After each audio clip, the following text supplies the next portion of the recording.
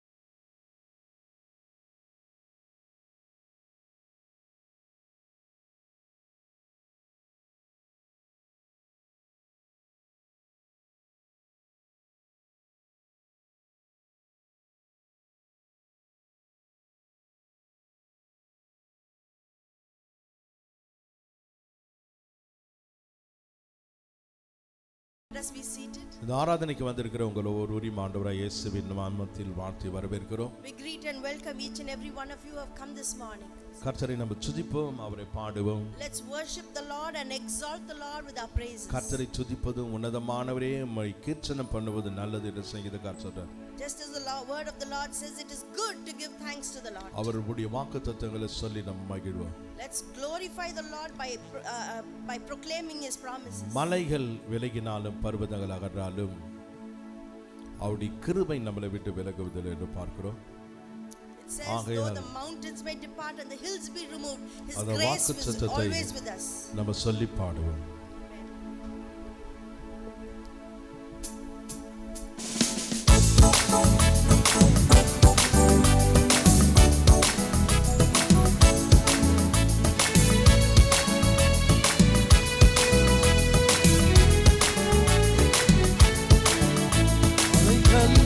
விலகி போனாலும் பர்வதங்கள் கைந்து போனாலும் மலைகள் விலகி போனாலும் பர்வதங்கள் கைந்து போனாலும்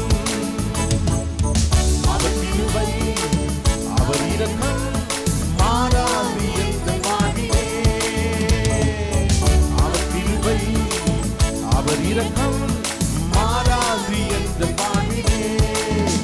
மலைகள் விலகி போனாலும் பர்வதங்கள் பயந்து போனாலும் மலைகள் விலகி போனாலும் பர்வதங்கள் பயந்து போனாலும் அவர் கிருபை அவர் இரக்கம் மாறாது எந்த வாழ்விலே.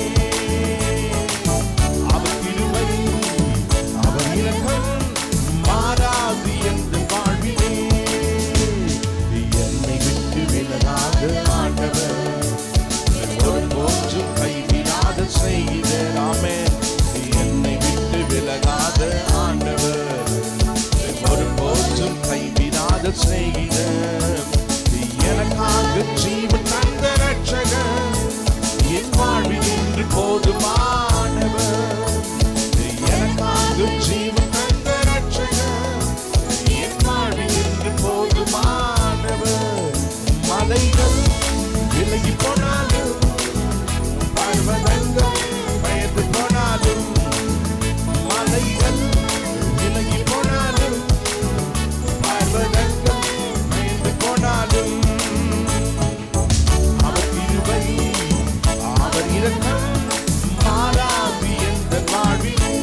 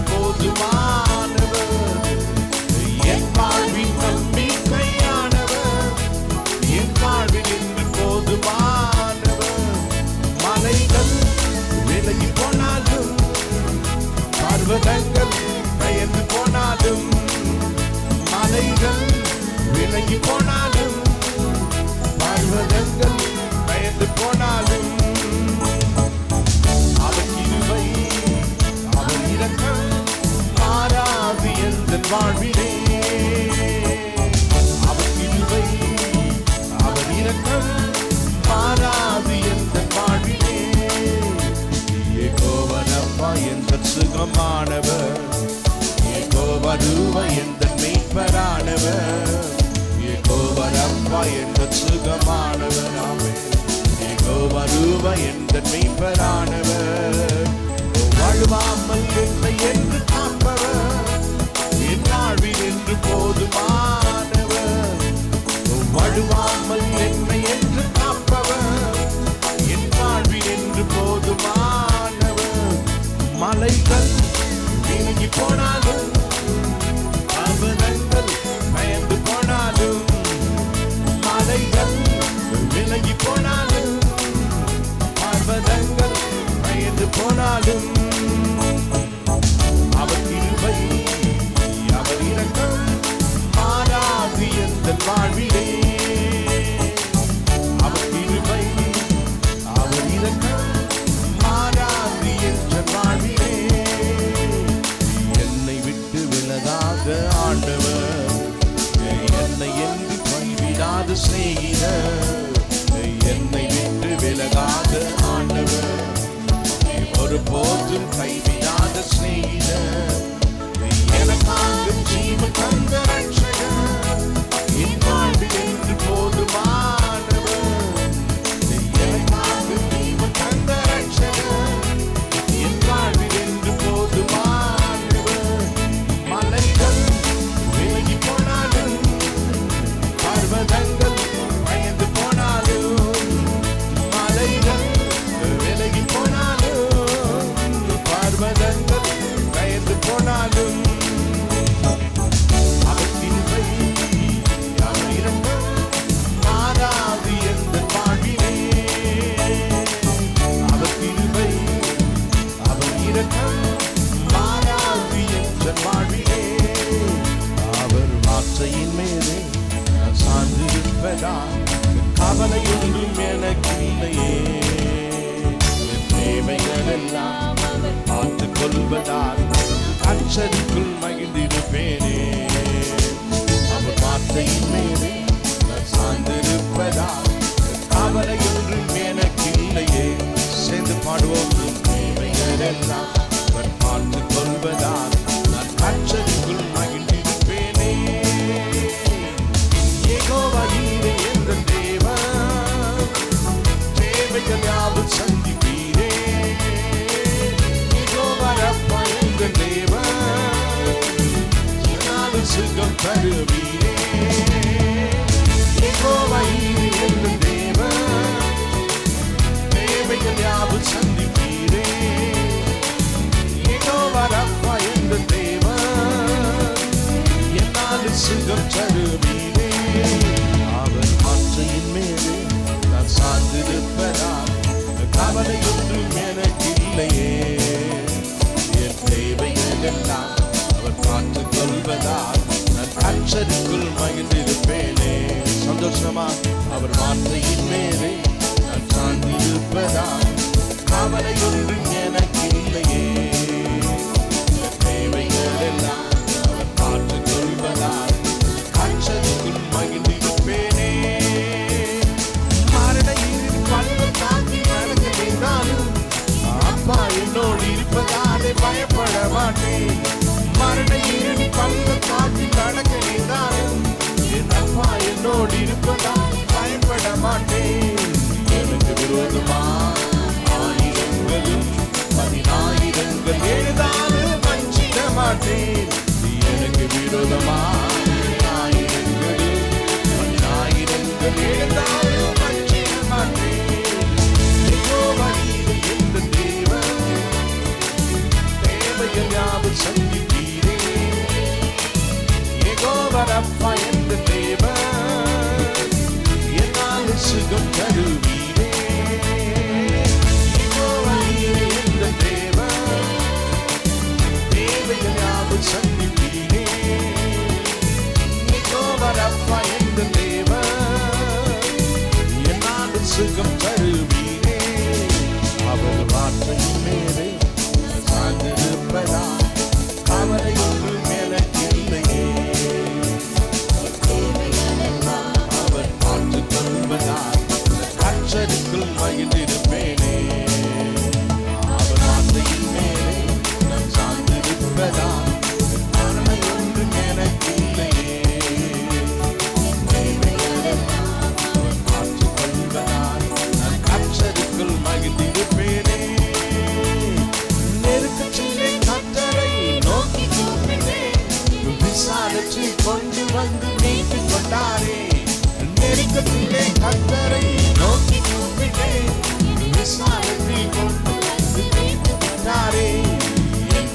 பட்சத்து இருப்பதினாலே ஒருபோதும் நான் அசைக்கப்படுவதில்லையே. என் பட்சத்து கர்த்தர் இருப்பதினாலே ஒருபோதும் நான் அசைக்கப்படுவதில்லையே. யெகோவா ஈரே என்ற தேவன், தேவைகள் யாவும் சந்திப்பீரே. யெகோவா ரப்பா என்ற தேவன், என்னாலும் சுகம் தருவீரே. யெகோவா ஈரே என்ற தேவன், தேவைகள் யாவும் சந்திப்பீரே.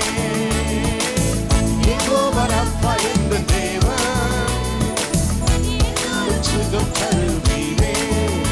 அவர் வார்த்தையின் மேலே நான் சார்ந்திருப்பதா, அவளை ஒன்றும் எனக்கு இல்லையே.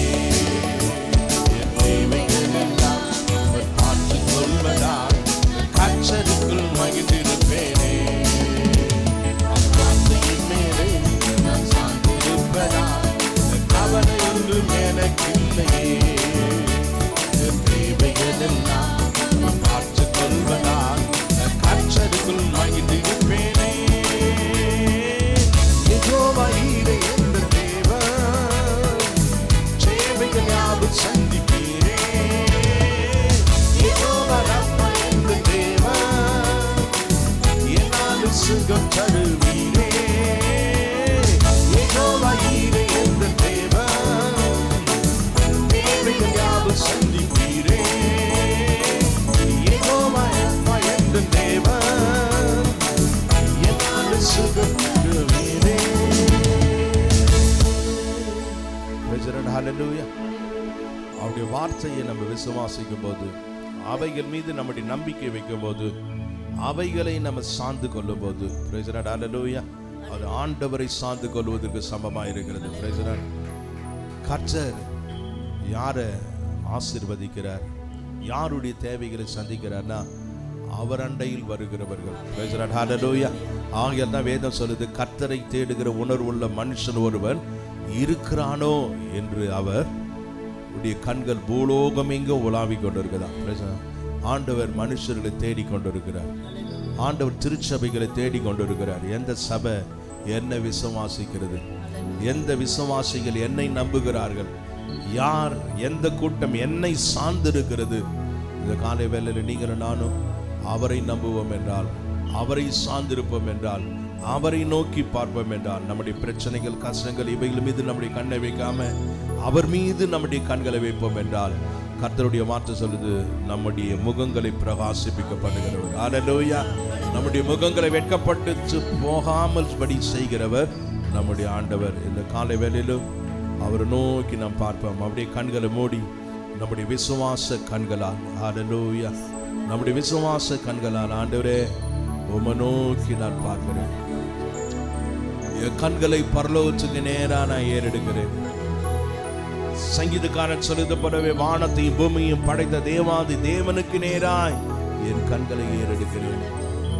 ஓ வி வர்ஷிப் யூ லார்ட். உம்மை நோக்கி நாங்க பார்க்கிறோம் ஆண்டவரே. உம்மை நோக்கி பார்த்த கண்கள்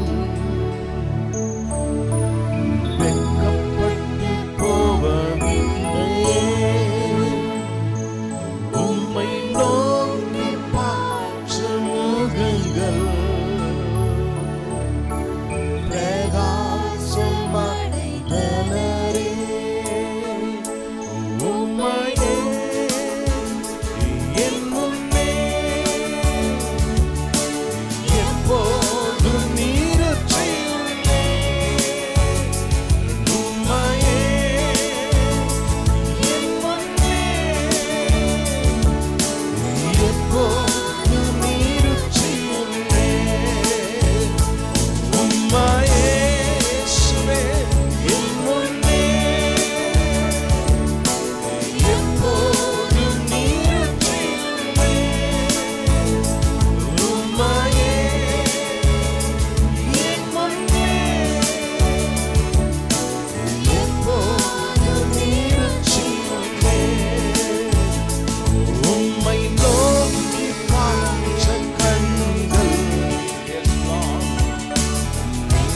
வெட்கப்பட்டு போவதில்லையே. உம்மை நோக்கி பாய்ச்சலுங்கள்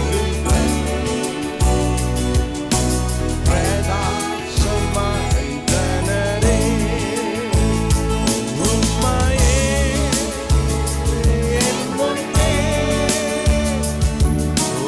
எப்போதும் நிறுத்தியுள்ளேன். உம்மையே எப்போதும்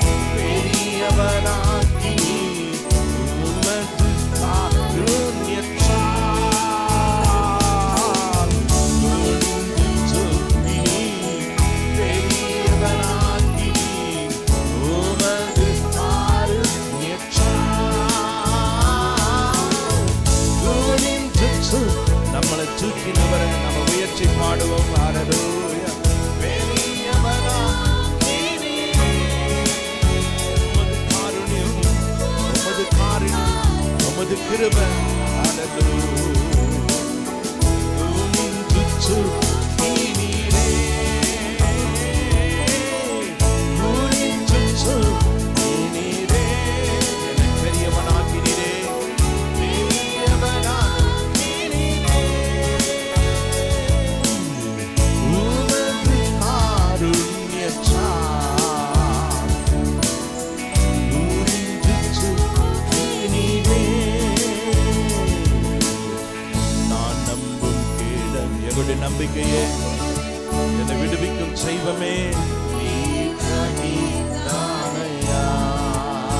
என் நம்பிக்கையே நான் நம்பும் கேடல் விடுவிக்கும் தெய்வம் நீதானையா.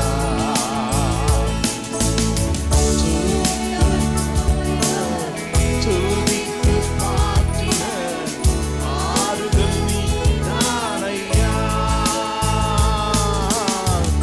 தூயவர் தூயவர் துதிக்கு பாத்திர ஆறுதல் நீ. அப்படியே கரங்களை வச்சு துதிப்போமா. ஹalleluya. தூயவர் தூயவரே என் துதிக்கு பாத்திரரே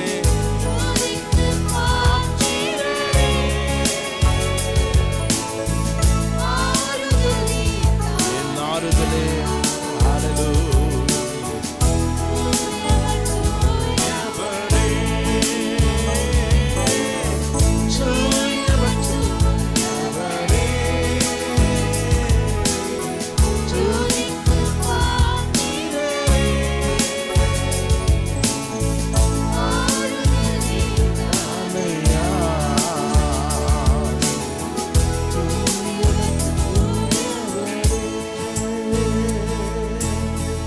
ஆறுதல் நீதானையா.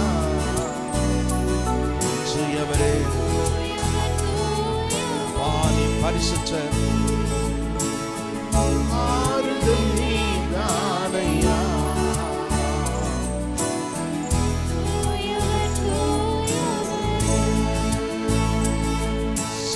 சிங்காசனத்திலே விசாலும் ராஜனே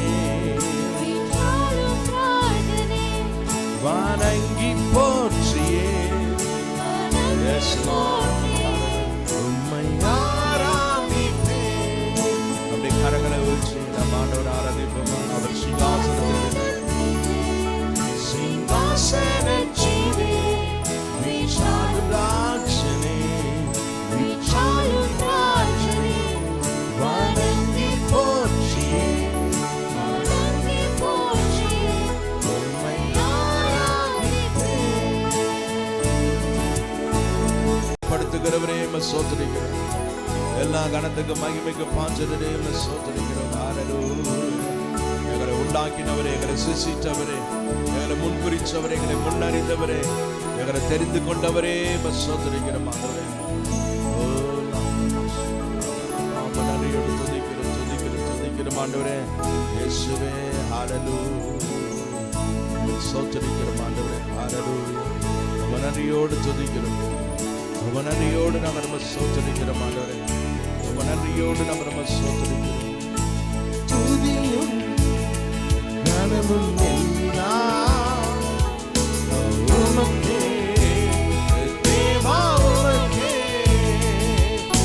துதியும் கனமும் எல்லாம் உமக்கே தேவா உமக்கே. துதிப்பேன் உம்மை துதிப்பேன்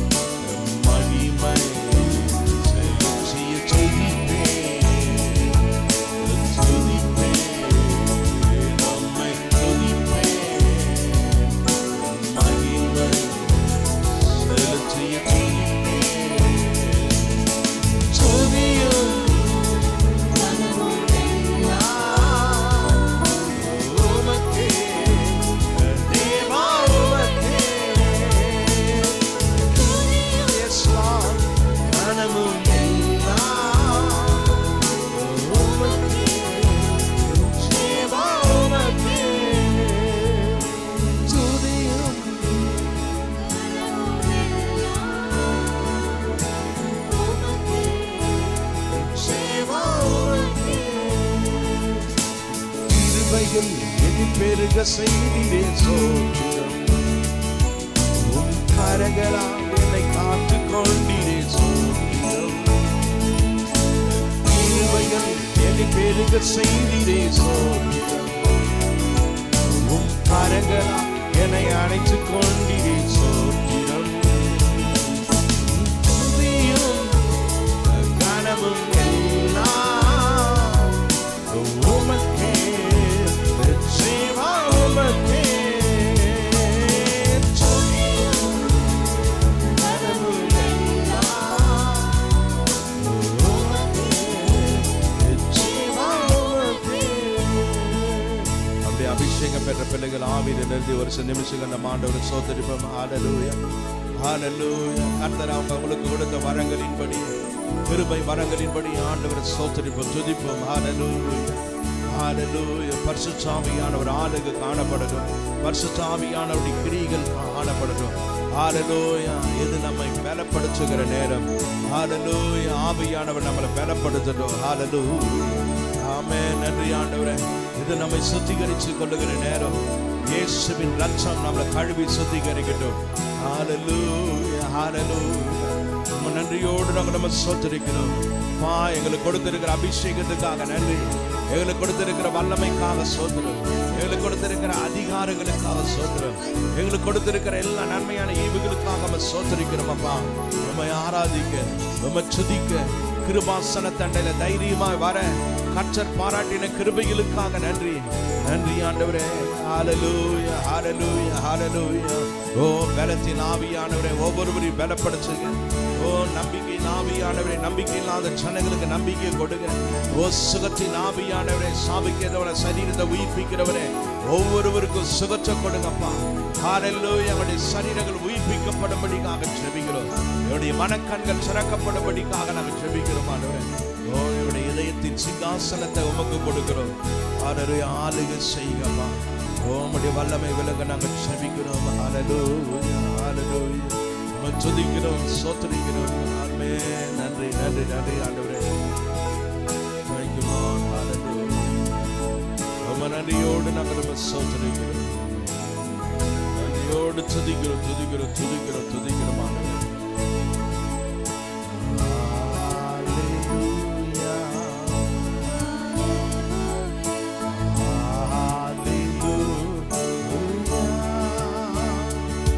சர்வ வல்லவர் ஆளுகிறார். ஹல்லேலூயா, ஹல்லேலூயா.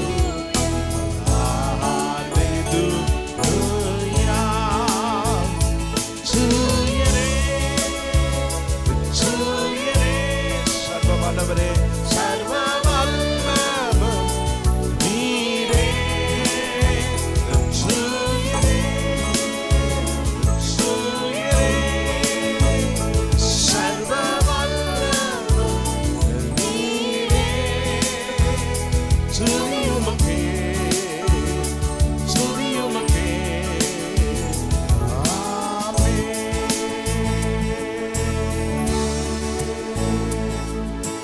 நன்றி ஆண்டவரே. ஹல்லேலூயா.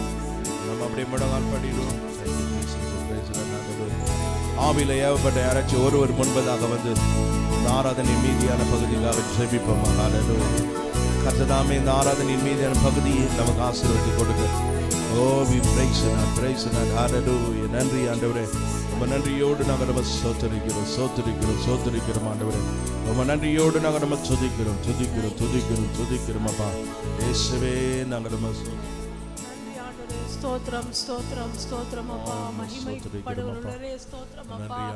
எங்க மகிமை ஆண்டவரே, நாம் மகிமைப்படத்தக்கவரே உம்மை ஸ்தோத்திரிக்கிறோம். எங்க துதிகளுக்கு பாத்திரரே உம்மை நாங்கள் ஸ்தோத்திரிக்கிறோம் ஆண்டவரே. நாங்கள் நம்பிக்கையே உம்மை ஸ்தோத்திரிக்கிறோம். எங்கள் பலனே ஸ்தோத்திரிக்கிறோம். எங்கள் ஆதாரமே உம்மை ஸ்தோத்திரிக்கிறோம் ஆண்டவரே. நீர் நல்லவராய், வல்லவராய், எங்க வாழ்க்கையில பெரியவராய். ஹல்லேலூயா ஆண்டவரே. மகிமையான காரியங்களை செய்கிறவராய் எங்க வாழ்க்கையில இருந்து வருகிறீரே உமக்கு நன்றி செலுத்துகிறோம். நல்ல ஆண்டவரே உம்மை ஸ்தோத்திரிக்கிறோம். நீர் எங்களை தெரிந்து கொண்டீர். ஹல்லேலூயா. உம்முடைய பிள்ளைகளாய் இருக்க, உம்முடைய துதியை சொல்லி வர, உமக்கு சாட்சிகளாய் இருக்க நீர் எங்களை தெரிந்து கொண்டீரே உமக்கு நன்றி செலுத்துகிறோம். ஆண்டவரே நீர் எங்களை ஒவ்வொரு நாளும் உருவாக்கி கொண்டிருக்கிறீரே உமக்கு ஸ்தோத்திரம். ஆண்டவரே உம்முடைய ஆவியானவர் எங்களை செம்மையான வழியில நடத்தி கொண்டிருப்பதற்காக நன்றி செலுத்துகிறோம். உம்முடைய வார்த்தை ஆண்டவரே எங்களை நடத்தி வருவதற்காக நன்றி செலுத்துகிறோம். ஆண்டவரே அப்பா உம்முடைய பிரசன்னம் எப்பொழுதும் எங்களோட இருப்பதற்காக நன்றி செலுத்துகிறோம். ஆண்டவரே எங்களை கைவிடாத தேவன், ஆண்டவரே எங்களை விட்டு விலகாத தேவன். ஹல்லேலூயா. பயப்படாதே, நான் உன்னோடு இருக்கிறேன் என்று வாக்கு பண்ணின தேவன். உம்முடைய வாக்குகள் எல்லாம் எங்க வாழ்க்கையில ஆமென் என்று இருப்பதற்காக நன்றி செலுத்துகிறோம். ஆண்டவரே அப்பா நாங்க மறந்து போனாலும் நீர் எங்களை மறவாமல் நினைத்து கொண்டே இருக்கிறீர். உம்முடைய வார்த்தைகளை ஆண்டவரே எங்க வாழ்க்கையில ஃபுல்ஃபில் பண்ண நீர் போதுமானவராய் இருக்கிறீர். ஆண்டவரே நாங்க பாத்திரவான்களாய் இல்லாத போது நீர் அதை செய்கிறீர் எங்களுக்காக. அதற்காக நன்றி செலுத்துகிறோம். இப்படிப்பட்ட பெரிய ஆண்டவரே நாங்கள் கொண்டிருப்பதற்காக, ஆண்டவரே உம்முடைய பாக்கியமுள்ள ஜனங்களாய் எங்களை வைத்திருப்பதற்காக உமக்கு நன்றி செலுத்துகிறோம். ஆண்டவரே ஆலயத்துக்காக நன்றி செலுத்துகிறோம். ஆண்டவரே நீர் எங்களை போதிக்கிறீர், எங்களை நடத்துகிறீர், எங்களை கட்டி எழுப்புகிறீர். உம்முடைய வார்த்தைகளுக்காக நன்றி ஆண்டவரே. நன்றி அப்பா, நன்றி. இங்க வந்த ஒவ்வொருவர் மேலும் சுவாமி உம்முடைய ஆளுகை காணப்படட்டும். ஒவ்வொரு குடும்பம் மேலும் உம்முடைய ஆளுகை காணப்படட்டும். ஆண்டவரே நீர் விரும்புகிற பிள்ளைகளாய் வாழ எங்களை எல்லாத்தையும் ஆண்டவரே நீர் நடத்துவீராக ஒப்பு கொடுக்கிறோம். இந்த நாளிலும் விசேஷமாய் உம்முடைய வார்த்தைக்காக நன்றி செலுத்துகிறோம். ஆண்டவரே நீர் எங்களோடு பேசுகிற தேவன். உம்முடைய பேசுகிறதை நாங்கள் கேட்டு அதன்படி வாழ உம்முடைய இருதயத்துக்கு ஏற்றவர்களாய் நாங்கள் இருக்க அப்பா நீர் எங்களை பலப்படுத்துவீராக சொல்லி உம்முடைய கருத்தில் எங்களை ஒப்பு கொடுக்கிறோம். நீங்க எங்க வாழ்க்கையில மகிமைப்படுங்க. துதி கன மகிமையெல்லாம் உமக்கே செலுத்துகிறோம். இயேசுவின் வடிவம் நல்ல பிதாவே.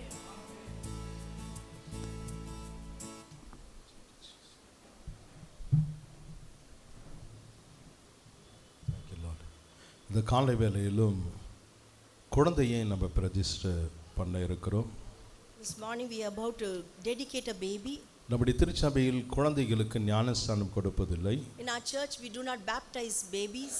ஆனால் அவைகளுக்கு பதிலாக அந்த குழந்தைகளை நாம் பிரதிஷ்டை பண்ணுகிறோம். But instead we dedicate our babies. இதனாலே கூட பிரதர் எபினேசர் மற்றும் சிஸ்டர் புனிதா முன்பதாக தங்களுடைய குழந்தைகளை எடுத்துக்கொண்டு வருவாங்க. மேலே வாங்க சிஸ்டர்.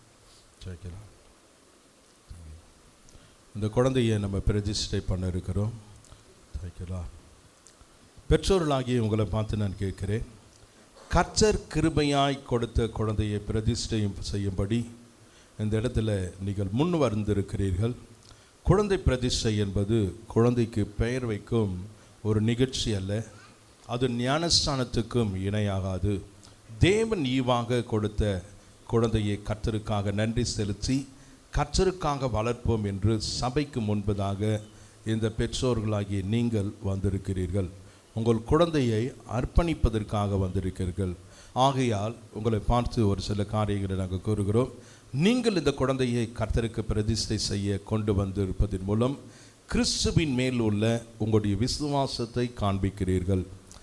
அத்துடன் இந்த குழந்தை கிறிஸ்துவை அறிந்து கிறிஸ்துவுக்காக வாழ வேண்டும் என்கிற விருப்பத்தையும் தெரிவிக்கிறீர்கள். கர்த்தர் உங்களுக்கு தந்துள்ள எல்லா ஆசீர்வாதங்களிலும் மேலானது இந்த குழந்தை பாக்கியம். எனவே நீங்கள் இந்த குழந்தையை தந்த கர்த்தருக்கு நன்றி செலுத்துங்கள். குழந்தைகள் கர்த்தரால் வரும் சுதந்திரம், கர்ப்பத்தின் கனி அவரால் கிடைக்கும் பலன் என்ற வார்த்தையின்படியே கர்த்தாவே நீர் என் தந்த இந்த குழந்தையை உம்மிடத்திலேயே கொடுக்கிறோம். உம்முடைய விருப்பம் இந்த குழந்தையினுடைய வாழ்க்கையில் நிறைவேறுவதாக, உம்முடைய சித்தம் செய்ய குழந்தையை இந்த குழந்தையை வளர்க்க எங்களுக்கு உதவி செய்யும் என்று நீங்கள் ஜெபிக்க வேண்டும். இது உங்களுடைய கடமை. எனவே இந்த குழந்தையை கர்த்தர் கொடுத்திருக்கிறார், ஒரு ஈவாக கொடுத்திருக்கிறார், ஒரு நோக்கத்தோடு திட்டத்தோடு கொடுத்திருக்கிறார் என்பதை உணர்ந்து நீங்கள் இந்த குழந்தைக்காக பிரயாசப்படுங்கள். இந்த குழந்தையை கர்த்தருக்கு பிரியமான விதத்தில் வளருங்கள். அதுக்கு மேலாக இந்த குழந்தைக்காக தினமும் என்ன பண்ணுங்க, ஜெபியுங்கள். பெற்றோர்களாகிய உங்களை பார்த்து நான் கேட்கிறேன், கிருபையின் ஈவாக கர்த்தர் உங்களுக்கு கொடுத்துள்ள இந்த குழந்தையை கர்த்தருக்கு பயப்படுகிற பயத்திலும் பக்தியிலும் வளர்ப்போம் என்று வாக்கு பண்ணுகிறீர்களா? இந்த குழந்தை ஏற்ற காலத்தில் இயேசுவை சொந்த இரட்சகராக ஏற்றுக்கொண்டு நல்ல கிறிஸ்தவ வாழ்க்கை வாழ இந்த குழந்தையை நடத்த வேண்டிய வழிகளில் நடத்துவீர்களா? இந்த குழந்தை உங்களை பின்பற்றக்கூடிய விதத்தில் உங்கள் வார்த்தை, உங்கள் நடத்தை, உங்களுடைய செயல் எல்லாவற்றிலும் நீங்கள் இந்த குழந்தைக்கு முன்மாதிரியாய் வாழ்வோம் என்று வாக்கு பண்ணுகிறீர்களா? Thank you Lord. இவர்கள் கொடுத்த வாக்கு தத்துவத்தின் அடிப்படையில் இந்த குழந்தையை நம் ஆண்டவருக்காக பிரதிஷ்டை செய்வோம். Thank you Lord.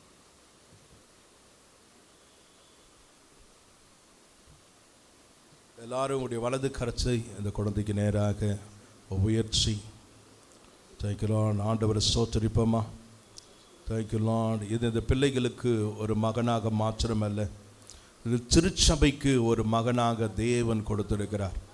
இந்த மகன் மூலமாய் தேவனுடைய நோக்கமும் திட்டமும் சிச்சமும் நிறைவேற நம்ம ஜெபிப்போம். எல்லாரும் வாய்களை திறந்து நம்ம ஆண்டவரை ஸ்தோத்திரிப்போமா. அப்பா, கிருபையாய் பிரதர் ஏபிக்கும் ஆண்டவரே சிஸ்டர் புனிதாக்கு நீங்கள் கொடுத்த இந்த கர்ப்பத்தின் கனிக்காக நன்றியோடு ஸ்தோத்திரிக்கிறோம்.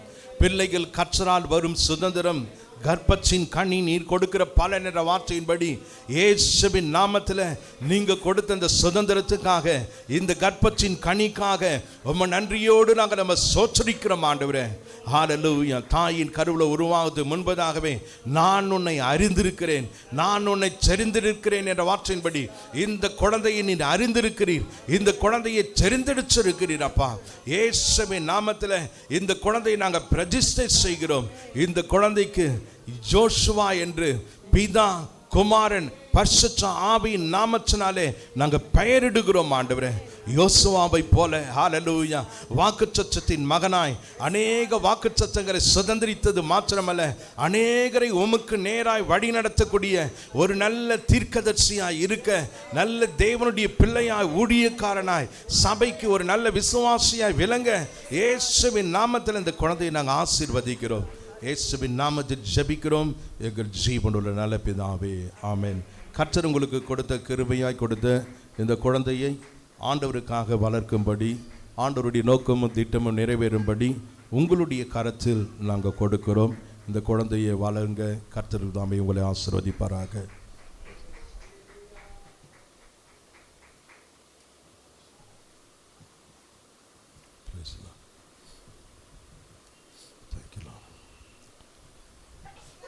Praise the Lord. Hallelujah. கர்த்ததாமே இந்த பிள்ளைகளை ஆசீர்வதிப்பாராக.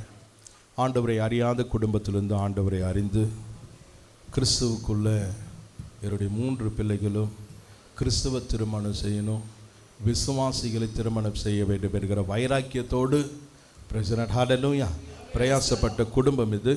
கர்த்தர் ஒவ்வொரு பிள்ளைகளையும் ஆசீர்வதித்ததுக்காக நம்ம ஆண்டவரை ஸ்தோத்திரிப்போம்.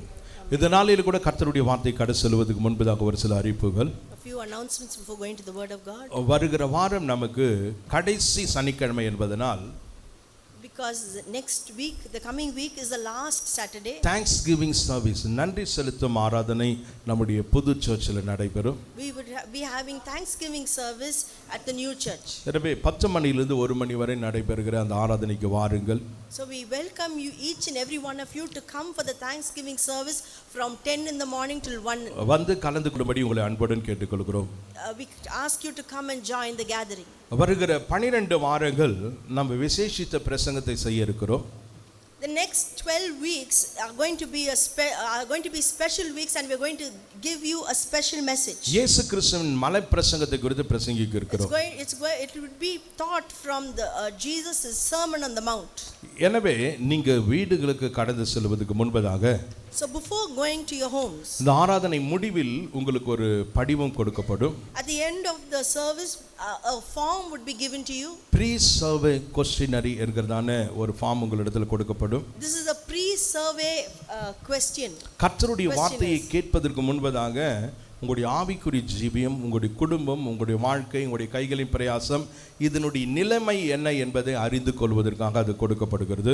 This is a sense, it's like a census that is being taken for us to understand and evaluate your spirituality in the Lord. இந்த 12 வாரங்கள் முடிந்த பிற்பாடு, after 12 weeks is over, post survey questionnaire என்று ஒரு ஃபார்ம் கொடுக்கப்படும். we would give you a post survey questionnaire. அந்த 12 வாரத்துல போதித்த வசனங்கள் உங்களுடைய வாழ்வில் மாற்றத்தை ஏற்படுத்தி இருக்கிறதா என்பதை அறிந்து கொள்வதற்கு அது உதவியா இருக்கும். And that survey would be helpful for us to understand if the word of God has brought a transformation in your lives. எனவே ஓரளவுக்கு கருத்து தெரிந்தவர்கள் 18 வயசுக்கு மேற்பட்டவர்கள் 15 வயசுக்கு மேற்பட்டவர்கள் இதில் கலந்து கொள்ளும்படி உங்களை அன்புடன் கேட்டுக்கொள்கிறோம். So we ask those who are above 18 years old to take the form and fill it in. ஒரு 20 கேள்விகள் இருக்குது. There are about 20 questions in அது it. 4 செக்ஷனா இருக்குது. And it's in 4 sections. அதை படிச்சிட்டு அதை டிக் பண்ணிட்டு கொடுக்கும்படி உங்களை அன்புடன் கேட்டுக்கொள்கிறோம். It's easy, you just have to read it and tick the answer. நம்மை நாமே ஆராய்ந்து பார்ப்பது நல்லது. It's good to analyze ourselves. எனவே திருச்சபையில வசனத்தினுடைய முக்கியத்துவத்தை அறிந்து கொள்வதற்கு அது பிரயோஜனமா இருக்கும். And that would be useful for us to know the importance of the word of God. எனவே உங்களுடைய பெயர்களை எழுதி கொடுக்கும்படி அன்புடன் கேட்டுக்கொள்கிறோம். So we ask you to enter your names in the forms. Praise the Lord. Brother ஆல்பர்ட்காக sister மேரிக்காக நம்ம ஆண்டவரை ஸ்தோத்திரிப்போம். Let's praise and thank God for brother Albert and sister Mary. அவங்களுக்கு இன்னைக்கு wedding anniversary. Today is the wedding anniversary. கர்த்தர் அவங்களுக்கு கொடுத்த இல்லற வாழ்க்கைக்காக நம்ம ஆண்டவரை ஸ்தோத்திரிப்போம். Let's praise and thank God for the life that he has given them. வருகிற வருஷத்துல கர்த்தர் பெரிய காரியங்களை அவங்களுடைய வாழ்வில் செய்ய, that God may do great exploits in the coming year. ஆசீர்வாதமான வாழ்வை காண, that they may see a blessed life. நம்ம ஜெபிப்போம். May we pray. அதே போல பிரதர் டென்னி சத்யா நாளைக்கு அவங்களுக்கு அதாவது wedding anniversary. The same time brother Denny and Satya would be having the wedding anniversary tomorrow, celebrating the wedding anniversary tomorrow. May God bless them. அவருடைய வாழ்வையும் கர்த்தர் ஆசீர்வதிக்க நம்ம ஜெபிப்போம். And may we pray for their blessings as well. நேற்று எங்க மனைவிக்கு birthday. Yesterday was my wife's birthday. கர்த்தர் அவங்களையும் ஆசீர்வதிக்கட்டும். May God bless her too. 365 நாள் நமக்கு விசேஷமான நாள். 365 days are important days. Praise the Lord. Hallelujah. Hallelujah. கர்த்தர் நாமே ஒவ்வொருவரையும் ஆசீர்வதிக்க நம்ம ஜெபிப்போம். May we pray that everyone may be blessed. வருகிற நாட்கள் உங்களுடைய பிறந்த நாள், அது மாத்திரமல்ல திருமண நாட்கள் எல்லாவற்றையும் நம்ம குறித்து in the coming days, let's maybe take a note of everyone's birthdays and அதிகாலை anniversaries. ஜெபத்திலும் ஜூம்ல நடக்கிற ஜெபத்திலும் நம்ம ஜெபிப்போம். And pray for them in the Zoom prayer and also in the dawn prayer. எனவே காலையில அதிகாலையில ஜூம்ல பிரேயர் நடந்து கொண்டிருக்கிறது. So every day there is Zoom prayer that is going on. கர்த்தருடைய ஆலயத்திலும் நடைபெறுகிறது. And it is also held at the church. அனைவரும் கலந்து கொள்ளும்படி உங்களை கேட்கிறோம். So we encourage you to join in prayer. காலைதோறும் அவருடைய கிருபை புதிதானது என்று வேதம் பார்க்கிறோம். The word of the Lord says his mercies are new every morning. காலையில எழுந்த உடனே ஆண்டவருடைய புதிய கிருபையை பெற்றுக்கொள்ளுங்கள்.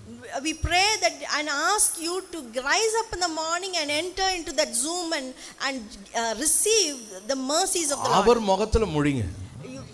When you rise up in the Lord's face. நாங்க படிக்கும்போது டீச்சர் கிட்ட ஒரு சில நாள் அடி வாங்குவோம். When we were small, we used to get beaten by the teachers sometimes. அப்பதான் யோசிப்பேன் யார் முகத்துலடா இன்னைக்கு முழிச்சேன்னு. So I would wonder to myself, whose face did I see early morning? Praise the Lord. அப்படியே யோசித்து பார்த்து இரண்டாவது நாள் அவங்கள பார்க்கவே மாட்டோம். And the next day I would not want to see the same person's face. கர்த்தருடைய முகத்துல முழிங்க. Let's rise up and look upon the Lord's face. எழுந்தவுடன் அவரை பாருங்கள். Soon as you rise up, see God's face. அவருடைய பிரசன்னத்தில் அமருங்கள். And sit in his presence. ஒரு புது பலனை பெற்றுக்கொள்ளுங்கள். You will receive new உங்களுடைய strength. வாழ்நாளை ஆசீர்வாதமாக்குங்க. And your life would be blessed. இந்த நாளிலே கர்த்தருடைய வார்த்தையை நேரம் கடந்து செல்வோம். Let's turn our attention to the word of God. கடந்த வாரத்துல கிருபையினால் கட்டமைக்கப்பட்ட ஒரு மனுஷனுடைய வாழ்வை குறித்து பார்த்தோம். Last week we had studied about a life being built on grace. அப்போஸ்தலனாகிய பவுலை குறித்து நாம் பார்த்தோம். We studied about St. Paul.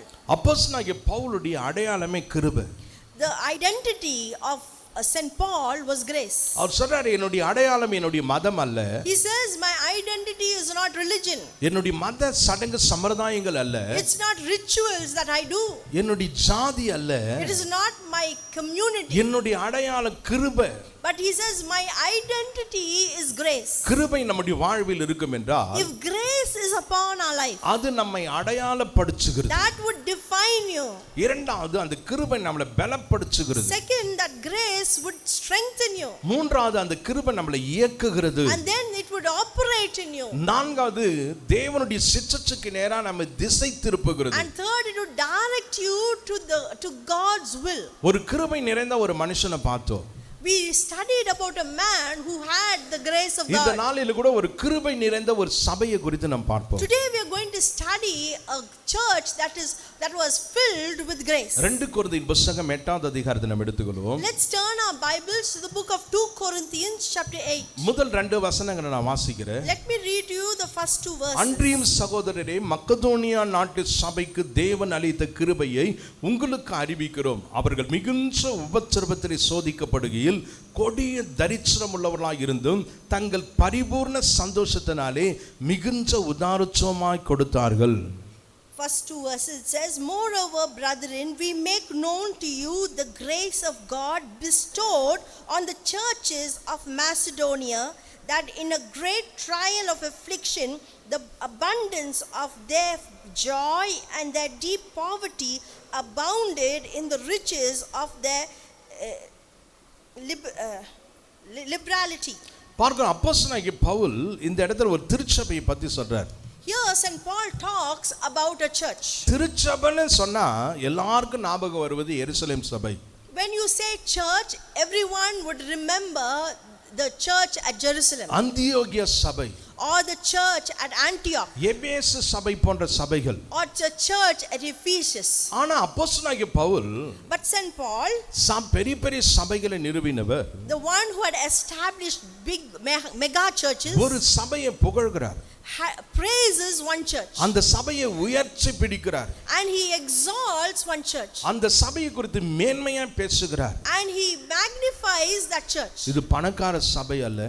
This was not a rich church. இது பெரிய சபை அல்ல. It was not a mega church. ஆனா கிருபை நிறைந்த சபை. But it was a church filled with grace. எளியவர்களால் நிறைந்த சபையா இருந்தாலும், It was filled with humble people. சின்ன சபையா இருந்தாலும், And it was a small church. கிருபை நிறைந்த சபை. But it abounded with grace. இன்னைக்கு திருச்சபைகளை புகழும்போது, Today when you praise churches, அதனுடைய அளவை வச்சு புகழ்வார்கள். you would praise it depending on its size. இந்தியாவிலே பெரிய சபை. You would say the biggest church in India. தமிழ்நாட்டிலே பெரிய சபை. Or the biggest church in ஈரோட்டிலே பெரிய சபை. in South India or Erode. அளவை வைத்து புகழ்வார்கள். You would praise based on its size. பொருளாதாரத்தை வைத்து Or புகழ்வார்கள். based on its economy. ஆனா அப்போஸ்தலனாகிய பவுல் But St. Paul, பணத்தை வச்சு அல்ல, he was not praising based on money அந்த அளவை அல்ல, or the size, அந்த சபையின் மேல இருந்த கிருபையை புகழ்கிறார். but he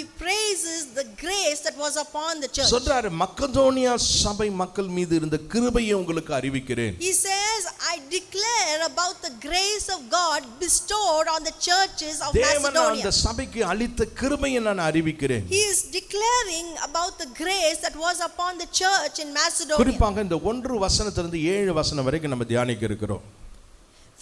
We are about to meditate from verse 1 to verse 7. அந்த கிருபை அந்த சபைக்கு என்ன செய்தது என்றால், What did that grace do to that church? 4 காரியங்களை செய்தது. It did 4 things. ஒரு சபையில கிருபை இருக்குன்னா, If a church has grace, 4 காரியங்கள், இந்த 4 காரியங்கள் நடைபெறும். there would be 4 things that are operating. Macedonia சபையின் மீது இருந்த தேவ கிருபையை சொல்லுகிறேன் என்று சொல்லிட்டு, He says, he was speaking about the grace on the church of Macedonia. முதல் காரியம் சொல்றாரு, And then the first thing he says, கிருபை அவர்களை உபத்திரவத்தின் மேலே உயர வைத்தது.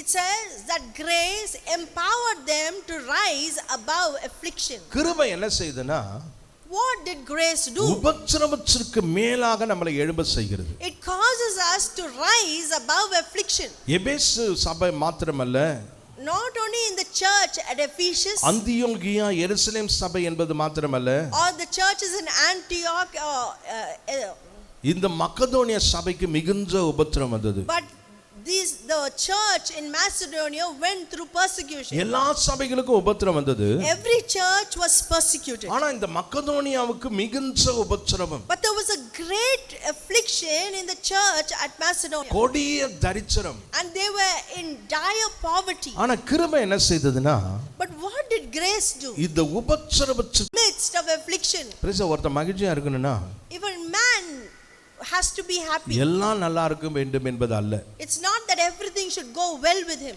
அது நல்லா இல்லாதவர்கள் நினைக்கிற காரியம். That's the attitude of a person who is not doing well. ஆனா ஒரு மனுஷன் நல்லா இருக்கணும்னா, but if a man has to do well, அவன் சந்தோஷமா இருக்க வேண்டும் என்றால், and if he has to rejoice and be glad, அவன் சூழ்நிலைகள் எப்படிப்பட்டதா இருந்தாலும், no matter how his situation is, அவனுக்கு கிருபை இருக்கணும். he should have grace. கிருபை தான், that grace உபத்திரவத்தின் மத்தியில கஷ்டத்தின் மத்தியில ஒரு மனுஷனுக்கு சந்தோஷத்தை கொடுக்கிறது. will bring joy and peace in the midst of affliction. சமாதானத்தை கொடுக்கிறது. It will bring peace. இந்த மக்கதோனியா ஜனங்களுக்கு வந்த உபத்திரவத்தை பார்ப்போம் என்றால், if you study about the trials or affliction in அப்போஸ்தலர் church of 16:17 நம்ம பார்க்கிறோம், அவங்க துன்பப்படுத்தப்பட்ட சபை. In the verses beyond it, it speaks about that the church was a persecuted church. துன்புறுத்தப்பட்ட சபை. It was a persecuted church. ரோமானியர்களால் ஒடுக்கப்பட்ட சபை. It was oppressed by the Romans. தங்களுடைய விசுவாசத்தினால் அநேக நன்மைகளை இழந்த சபை. And because of their faith, they had lost many benefits. கிறிஸ்துவின் நிமித்தம் அவங்களுக்கு உபத்திரவம் வந்தது. They were persecuted because of Christ. பாடுகள் வந்தது. They went through trials. பிரச்சனை வந்தது. They were afflicted. விசுவாசத்தின் நிமித்தம் தங்களுடைய வேலைகளை இழந்து போனார்கள். And because of their faith, they lost their job. ஆனா இந்த கிருபை என்ன செஞ்சுனா, but what did this grace do? அந்த உபத்திரவத்துக்கு மேல அவங்களை எழும்ப பண்ணிட்டு, it caused them to rise above their affliction. கிருபை சூழ்நிலைகளை மாற்றாது.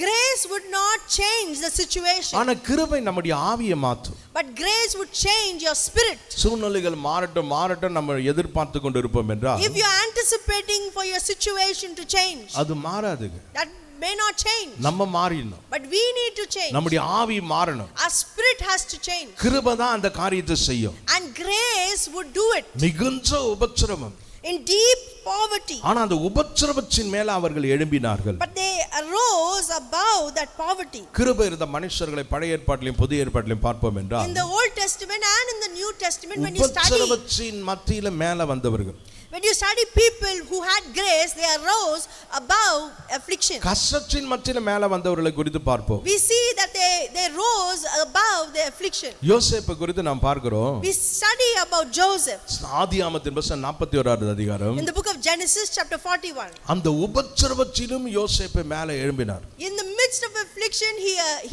he rose above it. எத்தனையோ உபத்திரவம். there was so much of affliction. சங்கீதம் 18:35 சங்கீதக்காரன் சொல்றார், in Psalm 18 the psalmist says, உம்முடைய கிருபை என்னை பெரியவனாக்கினது. he says, your grace had made me great. ஆண்டவரே நீங்க என் மேல வைத்த கிருபை, he says, it is Lord, it is the grace that you have upon me, என்னை பெரியவனாக்கினது. has made me great. தானியேலை பார்க்கிறோம். we study about Daniel. Shadrach Meshach Abednego பார்க்கிறோம். we study about Shadrach, Meshach and Abednego. எல்லா உபத்திரவத்தின் மத்தியில், in the midst of trials, பிரச்சனையின் மத்தியில மேல வந்தவர்கள், in the midst of problems, they arose. புதிய ஏற்பாட்டில் அப்போஸ்தலனாகிய பவுல் 3 முறை ஜெபிக்கிறார். in the New Testament, St. Paul prays 3 times. 2 கொரிந்தியர் 11:2-9 சொல்றாரு, in 2 Corinthians chapter 12 verse 7 he says, என் உபத்திரவத்துக்காக நான் ஜெபம் பண்ணேன். he said, I prayed for my affliction. ஆனா ஆண்டவர் என் உபத்திரவத்தை எடுக்கல.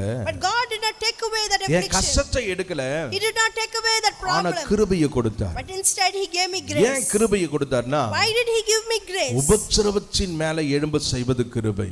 that grace made me rise above N affliction. கிருபை உனக்கு போதும்ட்டார். he says, my grace is sufficient for you. அப்போஸ்தலர் நடபடியின் புத்தகத்தை நாம் வாசித்து பார்ப்போம் என்றால், when you read the book of Acts, உபத்திரப்பட்ட எல்லா ஜனங்களும் சந்தோஷப்பட்டார்கள். everyone who was suffering rejoiced. துன்புறுத்தலுக்கு பின்பதாக ஒரு ஆனந்தம் இருந்தது. after trials there was joy. கண்ணீருக்கு பின்பதாக ஒரு களிப்பு இருந்தது. after tears there was happiness. காரணம் கிருபை.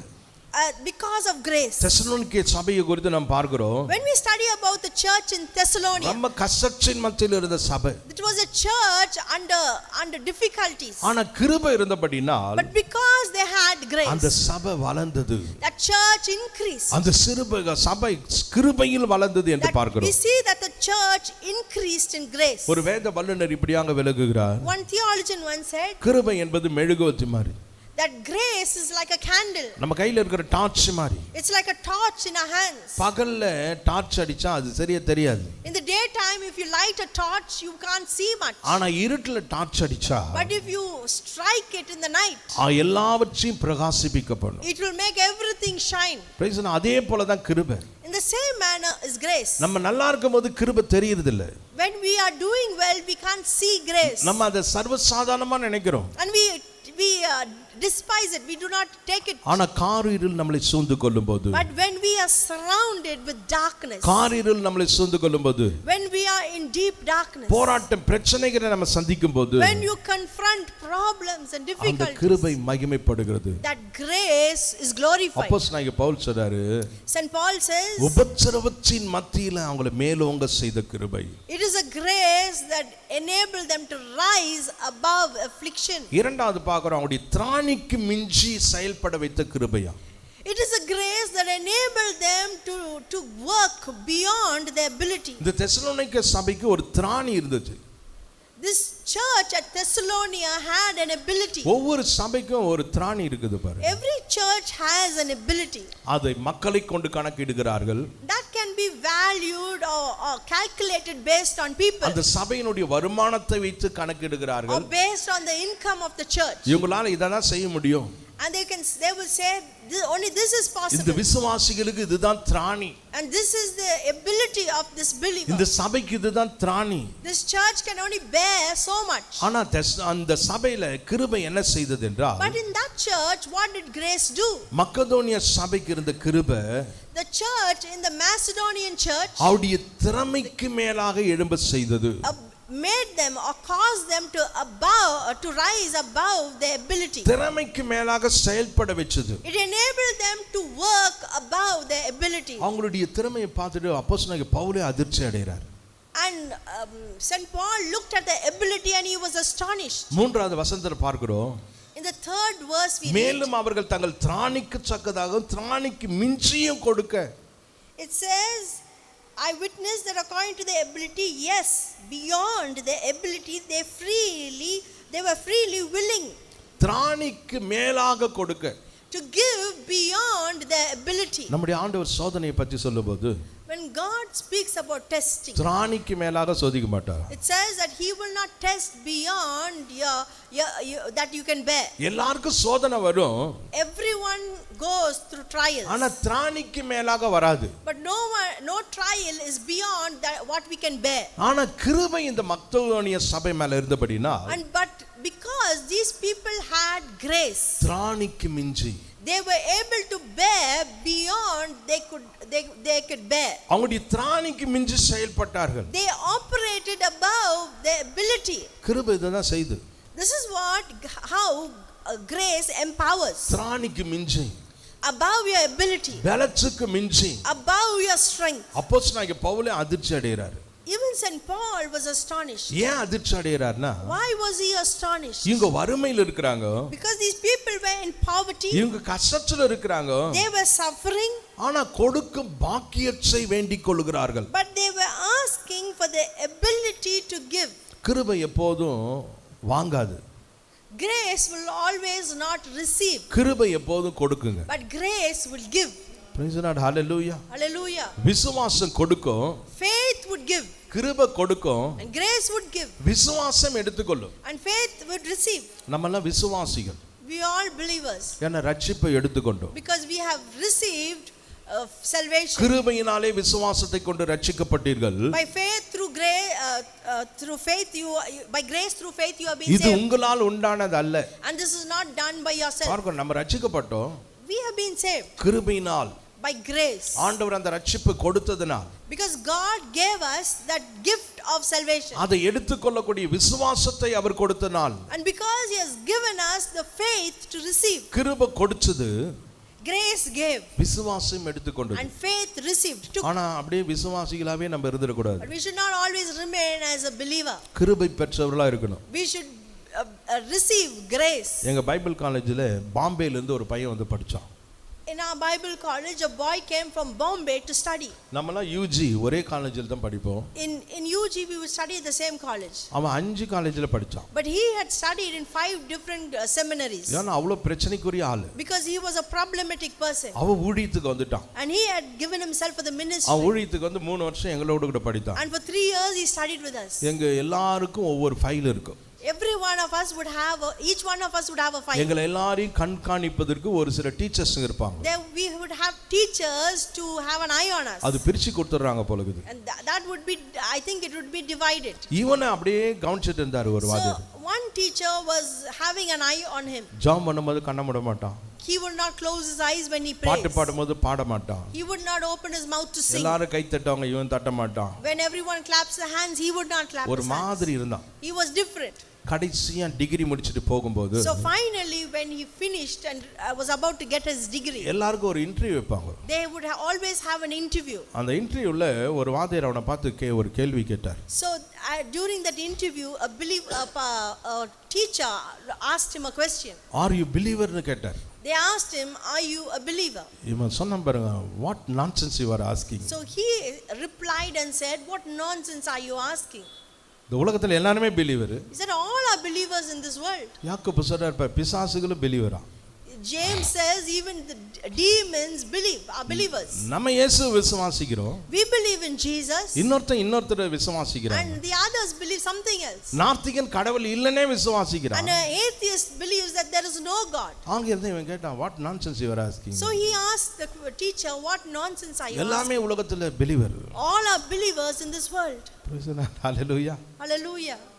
Hallelujah. Hallelujah. இன்னைக்கு நீங்கள நானே விசுவாசிகள் என்பதை விட்டு Today we have to go beyond being a believer. கிருபை பெற்றவர்கள்னு மாறணும். And we should become people who have received grace. நீங்க யாருன்னா, if anyone asks you who are நான் கிருபை பெற்றவன், you should say I am empowered by grace. அந்த விசுவாசத்திலிருந்து கிருபைக்கு வரணும். From believing you have to come to grace. விசுவாசம் எடுக்கும், a believer would receive, ஆனா கிருபை கொடுக்கும். but faith would give.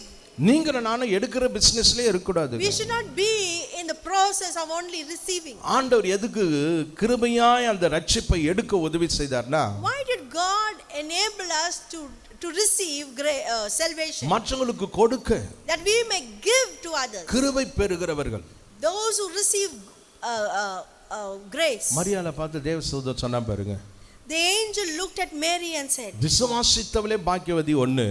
he said you are blessed because you believed. கிருபை பெற்றவளே, but he said you are filled with grace. Brother நீங்க யாருன்னு கேட்டா, when you ask who are you, சொன்னா நான் கிருபை பெற்றவன். you should say I am empowered by grace. Sister நீங்க யார்? who are you? கிருபை பெற்றவள். I have received grace. praise the Lord. hallelujah. Hallelujah. கிருபை, grace. விசுவாசிக்கும் சபை என்பதை விட, instead of saying it is a church that believes, இது வளர்ந்து கிருபை பெற்ற சபை. this is a church that is empowered and received grace. இது கொடுக்கிற சபை. it is a church that gives. இது தாராள மனப்பான்மை உள்ள சபை. it is a church which has generosity திராணிக்கு மேலாக, above their ability. இந்த சபையை குறித்து நாம் பார்ப்போம் என்றால், when you study about this church, கிருபை சுயநலத்தை அழிக்கிறது. grace would destroy selfishness. பார்க்கிறோம், சுயநலம் இருக்கிறவங்க கொடுக்க மாட்டாங்க. a person who is selfish will never give. இந்த மக்கதோனியா சபை குறித்து நாம் பார்க்கிறோம், when you study about the church in Macedonia, சுயநலமற்றவர்கள், they were selfless people. அந்த சுயநலம் இல்லாம போச்சுன்னா, if you do not have that selfishness, அந்த மனித வலிமை முடியும் போது, when the strength of man ends, தேவனுடைய கிருபை ஆரம்பிக்குது. God's grace begins. கிருபை சுயநலத்தை அழிக்கிறது. grace would destroy selfishness. கிருபை இயற்கைக்கு அப்பாற்பட்ட ஒரு தாராள மனப்பான்மையை தருது. grace would empower you to make you a person who is supernaturally generous. இந்த இடத்துல பார்க்க தாராள மனப்பான்மை. it speaks of a generous spirit. தாராளம் என்பது அதிகம் என்பது அல்ல. the meaning of freely willing is not that they had an abundance. அநேக நேரத்துல தாராளத்தினுடைய அர்த்தத்தை நம்ம தப்பா புரிஞ்சுக்கிறோம். many a times we misunderstand the meaning of liberality. வள்ளல், they say they are generous. பெரிய மனசுக்காரர், They have a big heart. பார்க்கிறோம், தாராளம் என்பதை நம்ம தவறா புரிஞ்சுக்கிறோம். We misunderstand liberality. தாராளம் என்றால் அதிகமா கொடுப்பது என்பது அல்ல. Liberality is not giving more beyond our means, விருப்பத்துடன் கொடுப்பது, but giving it with a desire, சுதந்திரமாக கொடுப்பது, to give willingly, மகிழ்ச்சியோடு கொடுப்பது, to give joyfully, தியாகத்தோடு கொடுப்பது, to give sacrificially. இது எவ்வளவு பணம் என்பது அல்ல. It does not depend on the amount, இது அமௌண்ட்டை பத்தி அல்ல, or the amount or the ஒரு quantity, மனிதனுடைய மனநிலை. but it speaks about a person's attitude. ஒரு மனுஷனுடைய மனநிலை. It speaks about a man's attitude. இது மக்கதோனிய ஜனங்களை குறித்து சொல்றாரு. He speaks about the people, the Macedonians, மகிழ்ச்சியோடு, with joy, விருப்பத்தோடு, with willingness, சுதந்திரத்தோடு, freely, தியாகத்தோடு, sacrificially. அது மாத்திரமல்ல, அவர்கள் முதலில் அவங்கள கொடுத்தாங்களா. Not only that, the first thing that they did was they gave themselves. 8வது அதிகாரம் 5வது வசனத்தை சொல்றாரு. In chapter 8 verse 5 it says, மேலும் நாங்கள் நினைச்சபடி மாத்திரமல்ல கொடாமல் தேவனுடைய சித்தத்தினாலே முன்பு தங்களை தாமே கர்த்தருக்கும் பின்பு எங்களுக்கும் ஒப்பு கொடுத்தார்கள். And not only as we had hoped, but they first gave themselves to the Lord and then to us by the will of God. காணிக்கை கொடுக்கலாம். You can give an offering. தசமபாகம் கொடுக்கலாம். You can give your tithe. Subscription கொடுக்கலாம். You can give a subscription. ஆனா உங்களை கொடுப்பதற்கு அது ஈடாகாது. But it does not equal to giving yourself. நம்மள கொடுப்பது அதுக்கு ஈடாகாது. You can't compare it with giving yourself. ஆண்டவர் அதை தான் எதிர்பார்க்கிறார். And that is what God expects. நம்மள ஒப்பு கொடுக்கணும். To surrender ourselves. இந்த கிருபை அதை தான் செய்யுது. And this is what grace did. அவர்கள் தங்களை தாங்களே கர்த்தருக்கு ஒப்பு கொடுத்தார்கள். It says they first gave themselves to the Lord. நம்ம பிரதர் கடந்த நாள்ல என்கிட்ட வந்து, Our brother once last week came to me. Pastor நான் இதெல்லாம் செய்வேன். And he said I would do all this. என்னை use பண்ணீங்கன்னாரு. And he said use me. 22 வருஷத்துல யாரும் இப்படி சொல்ல. In 22 years of ministry, no one has said that. Use me. Use me. என்னை பயன்படுத்துங்க ஐயா. Use me. சபையை பயன்படுத்துவார்கள். People would use the church. ஊழியக்காரரை பயன்படுத்துவார்கள். People would use the pastor. ஒரு வித்தியாசமான சவுண்ட். This is different. என்னை பயன்படுத்துங்க ஐயா. Use me. இதுதான் கிருபை. That is grace. Use me. Use me. நான் ஆண்டவரை பயன்படுத்தல. I am not using God. நான் திருச்சபையை பயன்படுத்தல. I am not using the church. நான் ஊழியக்காரனை பயன்படுத்தல. I am not using the man of God. நான் என்னையே ஒப்பு கொடுக்கிறேன். But I surrender myself. அதுதான் கிருபை. And that is grace. மக்கதோனிய சபை, the church of Macedonia, தங்களையே ஒப்பு கொடுத்த சபை, gave their own selves. ஆண்டவருக்காக, ஆண்டவருடைய ராஜ்யத்துக்காக. They gave their own selves to the Lord and to the ministry. கர்த்தரை பயன்படுத்துகிற சபை அல்ல. They did not use the church. ஒருவர் ஒரு ஊழியக்காரரை பத்தி சொன்னார். One man spoke about a man of God. ஒரு காலத்துல இவரை கர்த்தர் வல்லமையா எடுத்து பயன்படுத்தினார் brother. He said, brother, God had used him mightily at one time. ஆனா இப்போ என்ன? But now இவரு தேவனை வல்லமையா எடுத்து பயன்படுத்துறார். he is using God mightily. மக்கதோனிய சபை, but the church in Macedonia, தங்களை ஒப்பு கொடுத்த சபை, had given themselves. இதுதான் தாராளம். That is called liberality. இது எவ்வளவு என்பது அல்ல. It's not about how much. இது மனப்பூர்வத்தை காட்டுகிறது. But it's speaking of willingness. உற்சாகத்தை காட்டுகிறது. It's speaking of cheerfulness. அதாவது தங்களுடைய அர்ப்பணிப்பை காட்டுகிறது. And it's speaking about surrender. தியாகத்தை காட்டுகிறது. And sacrifice. அவர்கள் மோசேயை குறித்து நாம் பார்க்கிறோம். We study about Moses. இஸ்ரவேல் ஜனங்களிடத்துல அது காணிக்கை கேட்கிறார். He asked the Israelites for an offering. எல்லாம் கொடுக்கறாங்க. And people gave. யாத்திராகமத்தின் புத்தகம் 36ல போதும் போதும் சொல்றார். In the book of Exodus chapter 36 he says enough. இப்படிப்பட்ட ஜனங்களையும் பார்க்க முடியாது, இப்படிப்பட்ட ஊழியக்காரரையும் பார்க்க முடியாது. You can't find such a man of God and or neither a people of God. கிருபை பெற்றவர்கள். They were full of grace. மோசே சொல்றார் போதும். Moses said enough. அந்த அளவுக்கு உற்சாகம். There was so much of enthusiasm. அந்த அளவுக்கு அதாவது விருப்பம். There was so much of desire. அந்த அளவுக்கு தியாகம். And so much of sacrifice. நம்ம சபையில அதிகாலை ஜெபத்துல நிறைய பேர் சுகர் எடுத்துட்டு வருவாங்க. In the early early morning dawn prayer, many people would bring sugar. பாருங்க நான் போதுன்றது. But I would say enough. பிரேச ஐயோ வேணாங்க போதுங்க. I would say enough.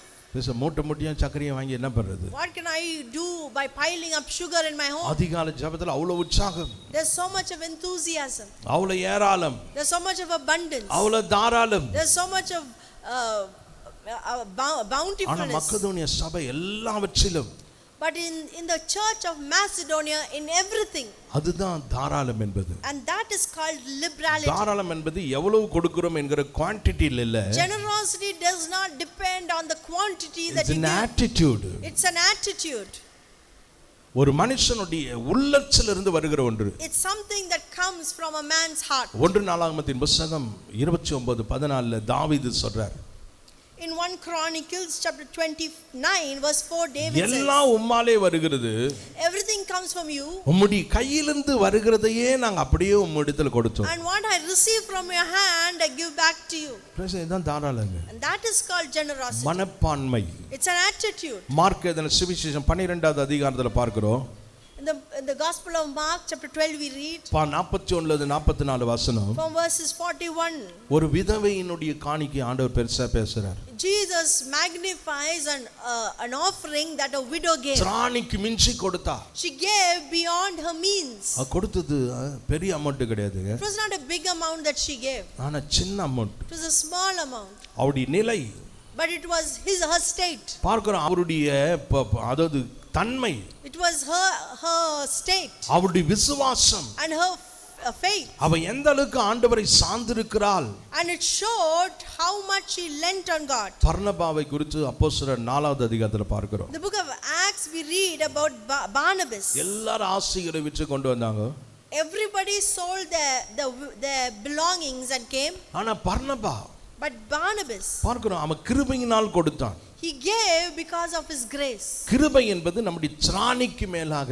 Grace goes beyond your ability. நம்முடைய வாஞ்சை, our desire, நம்முடைய உற்சாகம், our enthusiasm, நம்முடைய அதாவது தியாகம், our sacrifice. ஆகையால் தான் ஜான் வெஸ்லி சொன்னார். That's why John Wesley once said. John Wesley என்ன சொன்னார்னா, what did John Wesley say? உனக்கு உணர்வு வர வரை கொடு. Give till you get that feeling that you are giving. அந்த உணர்வு மகிழ்ச்சியாக வரைக்கும் கொடுத்துட்டே இரு. And keep giving till you have joy. அதான் கிருபை. That is grace. உணர்வு வர வரைக்கும் கொடுப்பது மாத்திரமல்ல, you don't only give till you feel that you are giving, அந்த உணர்வு பிறகு மகிழ்ச்சியாக வேண்டும். but that giving should become your joy. அதான் கிருபை. That is grace. வேதத்துல பார்க்கிறோம் கொடுத்துட்டு மகிழ்ந்தாங்களாம். The Bible we study that they gave and they were joyful. கொடுத்துட்டு சந்தோஷப்பட்டார்கள். They gave and they rejoiced. ஒரு காரியத்தை செய்துட்டு சந்தோஷப்பட்டார்கள். They did a thing and they rejoiced. அதான் சார்ல்ஸ் ஸ்பர்ஜன் சொல்றாரு. That's why Charles Spurgeon says, கிருபை என்பது ஒரு தரித்திரனை ஐஸ்வரியவானாக மாற்றும். grace makes the poor rich. ஒரு பலவீனனை பலவானா மாற்றும். And makes the weak strong. அவன் திராணிக்கு மேலான காரியங்களை செய்கிறவனாய் இருப்பான். And he has the ability to do beyond his means. மூன்றாவது கிருபை என்ன செஞ்சுச்சுன்னா, And third, what did grace do? அவர்களை கிறிஸ்துவை போல மாற்றினது. It made them like Christ. கிறிஸ்துவை போல. It made them Christ-like. தேவனுக்கு மகிமையை கொண்டு வரக்கூடிய வாழ்வை கொடுத்தது. It gave them a life that brought glory to God. கிறிஸ்துவை போலனா அவரை மாதிரி அற்புதம் அதிசயம் செய்யணும் என்பதல்ல. It doesn't mean to say when you have to become like Christ you should do signs and wonders. கிறிஸ்துவை போல என்றால் தேவனுடைய சித்தத்தை செய்வது. But the meaning of becoming like Christ is to do God's will. பிதாவுக்கு கனத்தையும் மகிமையும் கொண்டு வருவது. To bring glory and honor to the Father. இந்த ஜனங்களுடைய காரியத்தை நாம் பார்க்கிறோம். When we study these people, தேவன் மகிமைப்பட்டார். it says that God was glorified. 2 கொரிந்தியர் புத்தகம் 9:13 அப்போஸ்தலனாகிய பவுல் சொல்றார். In the book of 2 Corinthians chapter 9 he says, verse 13, verse 13, பார்க்கிறோம் அவர்கள் இந்த தர்ம காரியத்தினாலாகிய நன்மையை அனுபவித்து நீங்கள் கிறிஸ்துவின் சுவிசேஷத்தை கீழ்ப்படிதலோடு அறிக்கையிட்ட இருக்கிறது நிமித்தமும் தங்களுக்கும் மற்ற அனைவருக்கும் நீங்கள் உதாரணமாய் தர்மம் செய்தது நிமித்தமும் அவர்கள் தேவனை மகிமைப்படுத்தினார்கள். It says that they glorified God for their liberal sharing with them and all men. தேவ கிருபை இந்த சபை மேல இருந்ததுனால, because the grace of God was upon the church, இந்த சபையின் நிமித்தம் தேவன் மகிமைப்பட்டார். because of this church God was glorified. சின்ன சபை தான். It was a small church. Praise the Lord. Hallelujah. Hallelujah. ஆனா கிருபை நிறைந்த சபை. But it was filled with grace. கிருபை நம்ம மேல இருக்கும் என்றால், If grace is upon us, கிருபை நம்முடைய திருச்சபை மேல இருக்கும் என்றால், if grace is upon our church, தேவன் மகிமைப்படுவார். God would be glorified. கொடுக்கிறவங்களுடைய வாழ்க்கையெல்லாம் நீங்க எடுத்துக்கல என்றால், If you take every person who gives, யாரு நிறைய கொடுக்கறாங்களோ அவங்க தான் மகிமைப்படுவார். those who give would be God would be glorified. சபையில அறுப்பின் பண்டிகை வருவா பாருங்க. In the church they would have a harvest festival, அப்ப எல்லாரும் ஏல விடுவாங்க. and there would be an auction, அந்த இடத்துல யாரு மகிமைப்படுவார்கள் என்றால், and who would be glorified then? யாரு நிறைய காசுக்கு எடுக்கறாரோ, The one who gives much, அதுக்காகவே ஒரு சிலர் போட்டி போட்டுட்டு எடுப்பாங்க. and for that sake people would be competing. யாரு ரீச் பண்ண முடியாத ரேட்ட சொல்லுவாங்க. The one who auctions for the highest, the bids for the highest, சபையே பிரமிக்கும். the whole church would be astonished. ஐயோ இவ்வளோவா, Is it so much? இவ்வளோ கொடுக்கறீங்களா? Are you giving so much? கொடுக்கிற இடத்துல கொடுக்கறவங்க தான் மகிமைப்படுவார்கள். The one who gives is glorified because he gives. ஆனா மக்கதோனியா ஜனங்க கொடுத்ததுல, But when the church in Macedonia gave, தேவன் மகிமைப்பட்டார். God was glorified. தேவனை புகழ்ந்தாங்க. They praised God. இவ்வளவு சர்வசாதாரணமான ஆளு, He's an ordinary man. ஒரு சாதாரண மனுஷன், He's an ordinary man. கர்த்தர் எந்த அளவுக்கு அவனை உயர்த்தி இருக்கிறார் And பாருங்க. see how God has exalted him. அதனால தான் ஏடபிள்யூ ட்ரோசர் என்கிற ஒரு தேவதாசன் சொல்றார். That's why a man named A.W. Perza says கிருபை என்பது தேவனுடைய அன்பின் செயல். that grace is a deed of God's love. பார்க்க தேவனுடைய அன்பின் செயல். It is God's love ஒரு மனுஷன் போக முடியாத நிலைக்கு அவனை கொண்டு போறாராம். and it takes a man where he cannot go. அவனால முயற்சி செய்தாலும் எட்ட முடியாத சிகரத்துக்கு அவனை கொண்டுட்டு போறார். It carries him to the highest peak where he cannot carry himself. தேவன் மகிமைப்பட்டார். God is glorified. 14வது வசனத்துல சொல்றார். In verse 14 we read, உங்களுக்காக வேண்டுதல் செய்து தேவன் உங்களுக்கு அளித்த மிகவும் விசேஷித்த கிருபை நிமித்தம் உங்கள் மேல் வாஞ்சையா இருக்கிறார்கள். he says, by their prayers for you who long for you because of the exceeding grace of God in தேவன் you. அருளிய சொல்லி முடியாத ஈவுக்கு அவருக்கு ஸ்தோத்திரம். Then he says, thanks be to God for his incredible gift. சொல்றப்ப அவங்க மேல இருந்த கிருபை, He says about the grace or the gift that was upon them விசேஷித்த கிருபை was incredible. எல்லா சபையிலும் கிருபை இருக்குதுங்க. Every church has grace. ஆனா மக்கதோனியா சபை மேல், But on the church in Macedonia, விசேஷித்த கிருபை, they had an unspeakable சொல்லி grace. முடியாத கிருபை, They had indescribable grace. பிரமிக்கத்தக்க கிருபை. It was an amazing grace. ஏன்னா உபத்திரவத்துக்கு மேல எழும்பினாங்க. Because they arose above the affliction. பார்க்கிற வறுமையிலும் தாராள மனமுள்ளவர்களா இருந்தார்கள். Even in the midst of poverty, they were liberal in giving. தேவனுக்கு மகிமையை கொண்டு வந்தாங்க. And they brought glory to God. ஆகையால சொல்றார், That's why சொல்லி he முடியாத says, ஈவு, it is an unspeakable gift. விசேஷித்த கிருபை, He speaks about a special gift, grace. வியக்கத்தக்க கிருபை. He's speaking about an amazing grace. கடைசியாக பார்க்கிறோம், Then he says, அந்த கிருபை அவருடைய எல்லைகளை பெரிதாக்கினது. he says that grace extended, enlarged the borders. அவங்களுடைய எல்லையை பெருசாக்குச்சு. It enlarged their territories. அவங்களுடைய இதயத்தை பெரிதாக்கினது. It enlarged their hearts.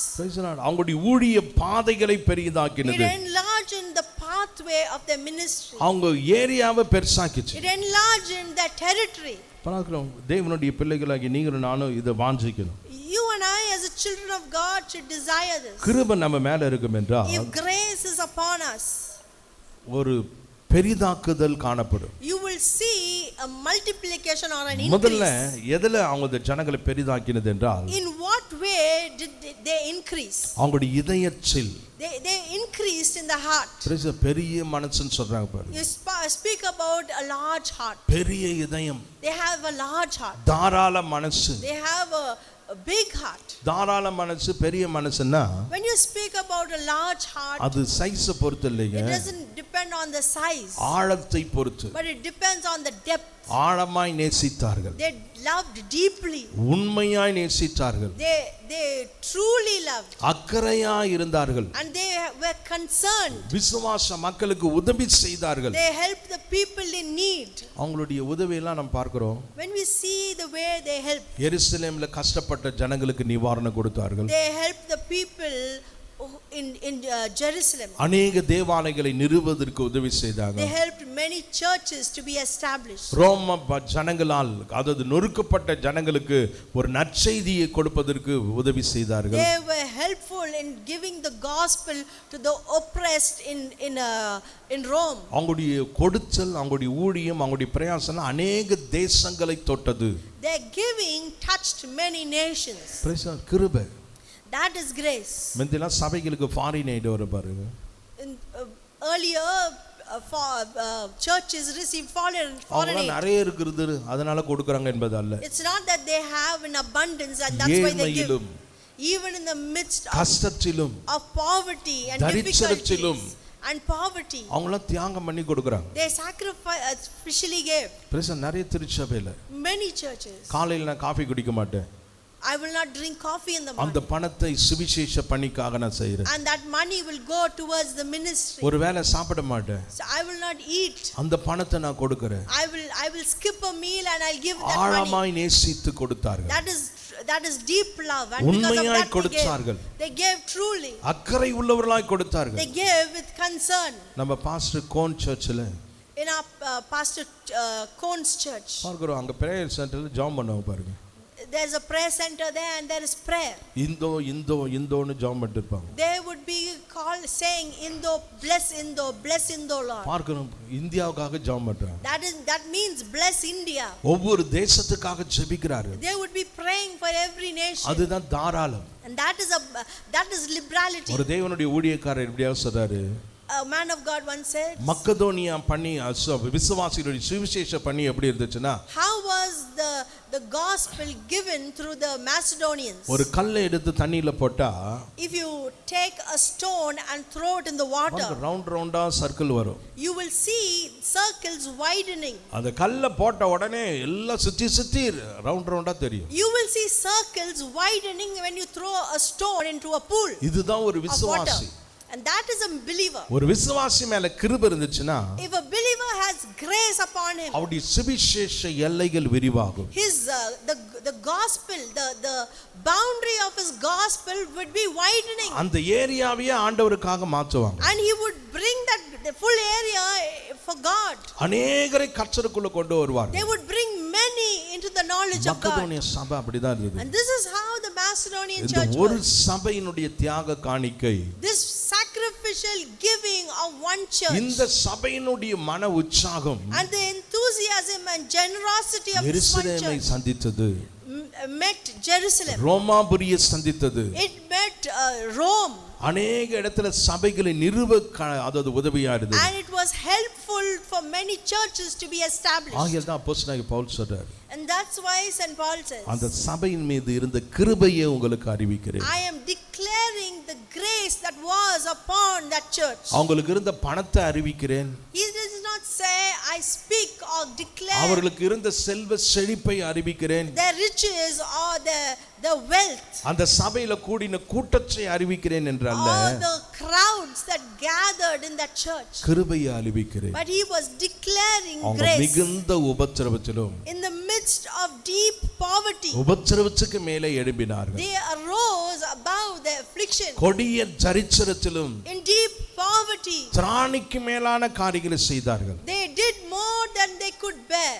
அவர்கள் தேவனை மகிமைப்படுத்தினார்கள். And they glorified God. தேவனுக்கு மகிமையை கொண்டு வந்தார்கள். They brought glory to God. அது மாத்திரமல்ல, கடைசியாக not only that, last of all, அவருடைய எல்லைகளை விரிவடைய செய்தார்கள். enlarged their territories. இந்த கிருபை தான் நமக்கு இருக்கணும். We need this kind of grace. நம்முடைய ஜெபம் அப்படிதான் இருக்கணும். And this should be our prayer. ஆண்டவரே 22 வருஷம் இதே ஏரியாவுல இருந்தது போதும். Lord, enough of staying in the same place for 22 years. Erode பட்டணத்தை நாங்க சந்திக்கணும். We need to meet Erode. தமிழ்நாட்டை சந்திக்கணும். We need to reach out. இந்திய தேசத்தை சந்திக்கணும். Reach out in South India. அநேக தேசங்களுக்கு எங்களுடைய ஊழியம் கடந்து போக We வேண்டும். need to reach out to nations. எங்க சபை மூலமா நீங்க மகிமைப்படணும். Lord, through our church you should be எங்க glorified. விசுவாசிகள் மூலமா நீங்க மகிமைப்படணும். You should be glorified through our எங்களுடைய believers. திராணிக்கு மிஞ்சின காரியத்தை நாங்க செய்யணும். We should do things beyond our ability. எந்த காரியத்தை செய்யும்போதும் Whatever you do, கிருபை இருக்கிறவங்க எப்படி செய்வாங்கன்னா those who have grace will அவங்களுடைய do it like திராணிக்கு this. மிஞ்சி They would go beyond their means. தேவனுடைய காரியத்தை செஞ்சு பாருங்க. Do it, try it and do God's work. கிருபை விளங்கும். You will see grace abounding. உபத்திரவத்திலும் In the midst of affliction, அந்த உபத்திரவத்துக்கு மேல எழும்பினாங்க. they arose above the affliction. கஷ்டம் பிரச்சனைகள் அவங்களை தடுத்து நிறுத்த முடியல. Difficulties did not stop them. நெருக்க நெருக்க அவங்க பெருகினார்கள். The more they were oppressed, they increased. ஒடுக்க ஒடுக்க அவங்க தாராளமா ஆனாங்க. The more they were suppressed, they multiplied. கிருபை. That is grace. Praise the Lord. Hallelujah. Hallelujah. நம்மள எத்தனை பேர் அதை உணர்கிறோம்? How many of you feel it? பேச நம்மள வஞ்சித்தவங்க எல்லாம் கீழ இறங்குறாங்க. The ones who deceived you has gone down. நம்மள ஏமாற்றினவர்கள் எல்லாம் கீழ போறாங்க. The one who cheated you has gone to ஆனா nothing. நம்ம மேல எழும்புறோம். But you are rising. Praise the Lord. Hallelujah. Hallelujah. கர்த்தர் நம்முடைய எல்லைகளை பெரிதாக்குறார். God is enlarging our territories எனக்கு கிருபை. because of grace. விசுவாசத்தை பெற்றவன் என்ற நிலையில் இருந்து From the place where you have received faith, ஒரு படி மேல போய் you need to go beyond it கிருபை பெற்றவன். and say, I have received grace. கிருபை பெற்றவன். I am full of grace. ஒரு காலத்துல வாங்குறவனா இருந்தேன். At one point I was இப்ப receiver, கர்த்தர் என்னை கொடுக்கிறவனா but வச்சிருக்கார். now God has made me a giver. ஒரு காலத்துல பெற்றுக்கொள்ளுகிறவனா இருந்தேன். Once I was a receiver, இப்ப கொடுக்கிறவனா இருக்கிறேன். but now I am a giver. வாங்குவதை பார்க்கல கொடுப்பது பாக்கியம். It's better to give than to receive. Praise the Lord. Hallelujah. Hallelujah. அப்படியே நம்ம எழுந்து நிற்போம். May we rise to our feet கிருபை பெற்றவர்களாய் and be full of grace. கிருபை பெற்ற ஒரு திருச்சபையா A church that is full of grace, Macedonia சபையை போல. like the church in Macedonia. Praise the Lord. பெரிய சபை இல்ல. It was not a big church. பாருங்க ரொம்ப வசதியான சபை It இல்ல. is not a wealthy church, ஆனா கிருபை பெற்ற but திருச்சபை. it was a church that had received கிருபை grace. பெற்றவர்கள் பெரிய காரியங்களை செய்வார்கள். People who have received grace will do great கிருபை exploits. பெற்றவர்கள் உபத்திரவத்துக்கு மேல எழும்புவார்கள். People who have grace will rise above their affliction. கிருபை பெற்றவர்கள் தங்களுடைய பலத்துக்கு மிஞ்சின காரியங்களை செய்வார்கள். Those who have received grace will do beyond their ability. கிருபை பெற்றவர்கள் தேவனுக்கு மகிமையை கொண்டு வருவார்கள். People who have received grace will glorify God. கிருபை பெற்றவர்கள் தங்களுடைய எல்லைகளை பெரிதாக்குவார்கள். People who have received grace will enlarge in their territory. சுவிசேஷ எல்லை. That is the territory or the அப்போஸ்தலனாகிய பவுல் இந்த மக்கதோனியா boundaries of சபையை the gospel. புகழ்ந்து பேசுகிறார். And that's why St. Paul praises this church. மக்கதோனியாவில் இருந்த திருச்சபைகள் பிலிப்பு சபை, The churches in Macedonia was a church at Philippi. பெராயா சபை. It was a church of Berea. பார்க்கிறோம் அந்த சபையை குறித்தெல்லாம் பெருமையா பேசுறார். He praised those churches. அவர்கள் நற்குணசாலிகளாக He மாறினார்கள். said they were worthy people. அவங்க மாறினாங்க. They were people who were worthy of ஆண்டவருக்கு praise. மகிமை கொண்டு வருகிற வாழ்வை வாழ்ந்தார்கள். They lived a life that glorified God. ஆண்டவருக்காக அசாதாரணமான காரியங்களை They செய்தார்கள். did great exploits for God. அப்போஸ்தலனாகிய பவுல் அந்த சபையை பார்த்து பிரமிக்கிறார். St. Paul looks at the church and he's astonished. இது பெரிய சபை அல்ல. He said this is not a mega ஆனா church, பெரிய காரியங்களை but they செய்கிறார். did big things, great இது ஒரு things. பெரிய பணக்கார சபை அல்ல. It's not a wealthy church, அசாதாரணமான ஆண்டவரை but they கனப்படுகிறார். did extraordinary things. அவங்க தாராள மனசு சொல்றார். That he speaks of their தாராளம் generosity. என்பது எவ்வளவு கொடுக்கிறோம் என்பது அல்ல. Generosity does not depend on how much you give, எப்படி கொடுக்கிறோம், but how you give, எவ்வளவு வாஞ்சை உள்ளவர்களாய் கொடுக்கிறோம், with what desire you give, எவ்வளவு ஆசையா கொடுக்கிறோம், and with what attitude you எவ்வளவு give, மகிழ்ச்சியோடு கொடுக்கிறோம். and how joyful you are when you கிருபை give. நம்ம மேல இருந்தா If we have grace, எல்லாமே நல்லா இருக்கும். everything will go நம்ம well. ஆண்டவருக்கு நேரத்தை கொடுப்போம். You will give time for God, பிரமிக்கத்தக்க விதத்தில். and you would be astonished. மற்றவங்க நம்மளை பார்த்து கேட்பாங்க, எப்படி பிரதர் உங்களால இதெல்லாம் செய்ய முடியுது? People would ask you, how is it possible? எப்படி உங்களால முடியுது? How is it possible for you? கிருபை. That is grace. திராணிக்கு மேலான காரியங்களை செய்ய To வைக்கும். do beyond your ability. கிருபை தேவனுடைய நாம மகிமைக்காக நம்மளை வாழ வைக்கும். Grace will enable you to live for the glory of God. கிருபை சுவிசேஷத்தின் எல்லைகள் எல்லாம் பெரிதாகும். Grace would enlarge in your territories of the நம்ம gospel. சபை மேல கிருபை இருக்கட்டும். May grace abound in our church. பெரிய கிருபை. Great grace. ஆச்சரியப்படக்கூடிய விதத்தில் இருக்கிறது. Amazing grace. சொல்லி முடியாத கிருபை. Unspeakable grace. அந்த கிருபையை நம்ம வாஞ்சி Boba. May we desire this indescribable grace. எங்க சபையில உம்முடைய கிருபை இருக்கட்டும். Lord, may your grace abound எங்க in our church. விசுவாசிங்க மேல கிருபை இருக்கட்டும். May your grace abound on every எங்களுடைய believer. பிள்ளைகள் மேல கிருபை May your இருக்கட்டும். grace abound on our children. உம்முடைய கிருபை எனக்கு வேணும் ஆண்டவரே. Lord, we need your grace. தாழ்மை உள்ளவனுக்கு கர்த்தர் கிருபையை கொடுப்பார். Lord, your word says that you give grace to the humble. ஆண்டவரே எனக்கு உம்முடைய கிருபை வேணும் என்று கேட்கிறவர்களுக்கு கர்த்தர் கிருபையை Those who கொடுக்கிறார். ask the Lord, Lord, I need your grace, God. பொல்லாதவர்களாகி நீங்களுடைய பிள்ளைகளுக்கு நல்ல ஈவுகளை கொடுக்க அறிந்திருக்கும் போது, You being evil when you know how to give good gifts to your children, பரமபிதா நன்மையானவைகளை அருளாமல் இருப்பது எப்படி? how much more will the Father in heaven give? இந்த காலை வேளையில் ஆண்டவரிடத்தில் கிருபை கேட்போம். Today may we ask for grace உம்முடைய from the Lord. கிருபையினால் என்னை நிரப்புங்க. Lord, fill me with your உம்முடைய grace. கிருபையினால் எங்க சபையை நிரப்புங்க. Fill our church with your grace, எல்லாரும் Lord. ஜெபம் பண்ணுவோமா? Hallelujah. ஹalleluya. எல்லாரும் வலது Jesus, கரத்தை may உயர்த்தி we all raise our right இந்த hands கிருபையை பெற்றுக் கொள்ளுகிற நேரம் and இது. say, Lord, I need to receive your கிருபையினால் grace, நிரப்பப்படுகிற Lord. நேரம் I இது. need to be filled with your அப்பா எங்க grace. சபை மேல உம்முடைய கிருபை இருக்குது, அது Lord, போதாது. I need the grace that you have, இன்னும் Lord. தேவை, I need it இன்னும் more. தேவை. I need it even more. இன்னும் சேவை கிருபை தாருமே. எல்லாரும் கேட்போமா? இன்னும் சேவை கிருபை தாருமே. தம் கிருபை பெரிதல்லோ என் ஜீவனிலும் அதே. என் மட்டும் காற்றதுவே. இன்னும் சேவை கிருபை. மக்கதோனியா சபை மேல இருந்த கிருபை. ஹalleluya. இன்னும் சேவை கிருபை. அப்பா எங்க சபைக்கு நாங்க பெரிய பணக்காரங்களை கேட்கல, பெரிய மனிதர்களை கேட்க, கிருபை பெற்றவர்களை தாங்க, கிருபை பெற்ற விசுவாசிகளை கொடுங்க. ஹalleluya, ஹalleluya. ஓ லார்ட், ஹalleluya. கிருபையினால் எங்களை நிரப்புங்க. எங்க சபை கிருபை பெற்ற விசுவாசிகளா நிரம்பி இருக்கட்டும். Church be filled with people. Oh lord, எங்க சபையை பார்க்கறவங்க கிருபையை பார்க்கட்டும். Yes, Lord, let your grace. எங்க சபையின் அடையாளம் முடி கிருபை ஆண்டவரே. Yes, Father, hallelujah. ஓ லார்ட், உபத்திரவத்துக்கு மேலே எழும்ப செய்கிற Find கிருபை. by your grace, Lord. ஹalleluya. திராணிக்கு மேலாக செய்யக்கூடிய கிருபை. Hallelujah. ஹalleluya. எங்களுடைய எல்லைகளை பெரிதாக்குற கிருபை. Amen. உமக்கு மகிமையை கொண்டு வருகிற கிருபை. Thank you Lord. Hallelujah. படைக்க இருக்கிற காணிக்கைகளுக்காக நம்ம ஜெபம் பண்ணோமா? ஆண்டவரத்துல கிருபையை கேளுங்க. ஆண்டவரே, கிருபையினால நான் கொடுக்கணும் ஆண்டவரே. ஓ லார்ட், ஹalleluya. கரச்சி கிரிகள் மீது உம்முடைய கிருபை இருக்கட்டும். The grace may abound, Lord. Hallelujah. TL மூடி இப்படியாக சொல்றாரு, தேவ கிருபை என்பது நம்முடைய கரத்தில் அவருடைய கரம் இருப்பது. Hallelujah. ஹalleluya. நம் மூலமாய் தேவன் கிரியை செய்வது. ஆண்டவரே, கையிட்டு செய்கிற காரியத்துல உம்முடைய கரம் இருக்கட்டும். என் தொழில உம்முடைய கரம் இருக்கட்டும். என் போக்கிலும் வரச்சிலும் உம்முடைய கரம் இருக்கட்டும். அப்பா, உம்முடைய கரம் என் வாழ்க்கையில இருந்தா நான் விசேஷமானவர். என் பிள்ளைகள் மீது இருந்தா என் பிள்ளைகள் விசேஷமானவர்கள். எங்க ஊழியத்தில் உம்முடைய கரம் இருந்தா எங்க ஊழியம் விசேஷமானது. We need your touch, Lord. Hallelujah. We need your hand. Hallelujah. அப்பா, உம்முடைய கரம் எங்களுக்கு தேவை. உம்முடைய ஆசீர்வாதம் எங்களுக்கு தேவை. We need your hand. Oh, thank you, Lord. Hallelujah. நீங்க கட்டுங்க, நீங்க எங்களுடைய சபையை ஆசீர்வதிங்க, நீங்க பலுகி பெருகி விருத்தி அடைய செய்யுங்க ஆண்டவரே. Lord, large in us. கிருபை பெற்றவங்களை தாங்க. ஹalleluya, ஹalleluya.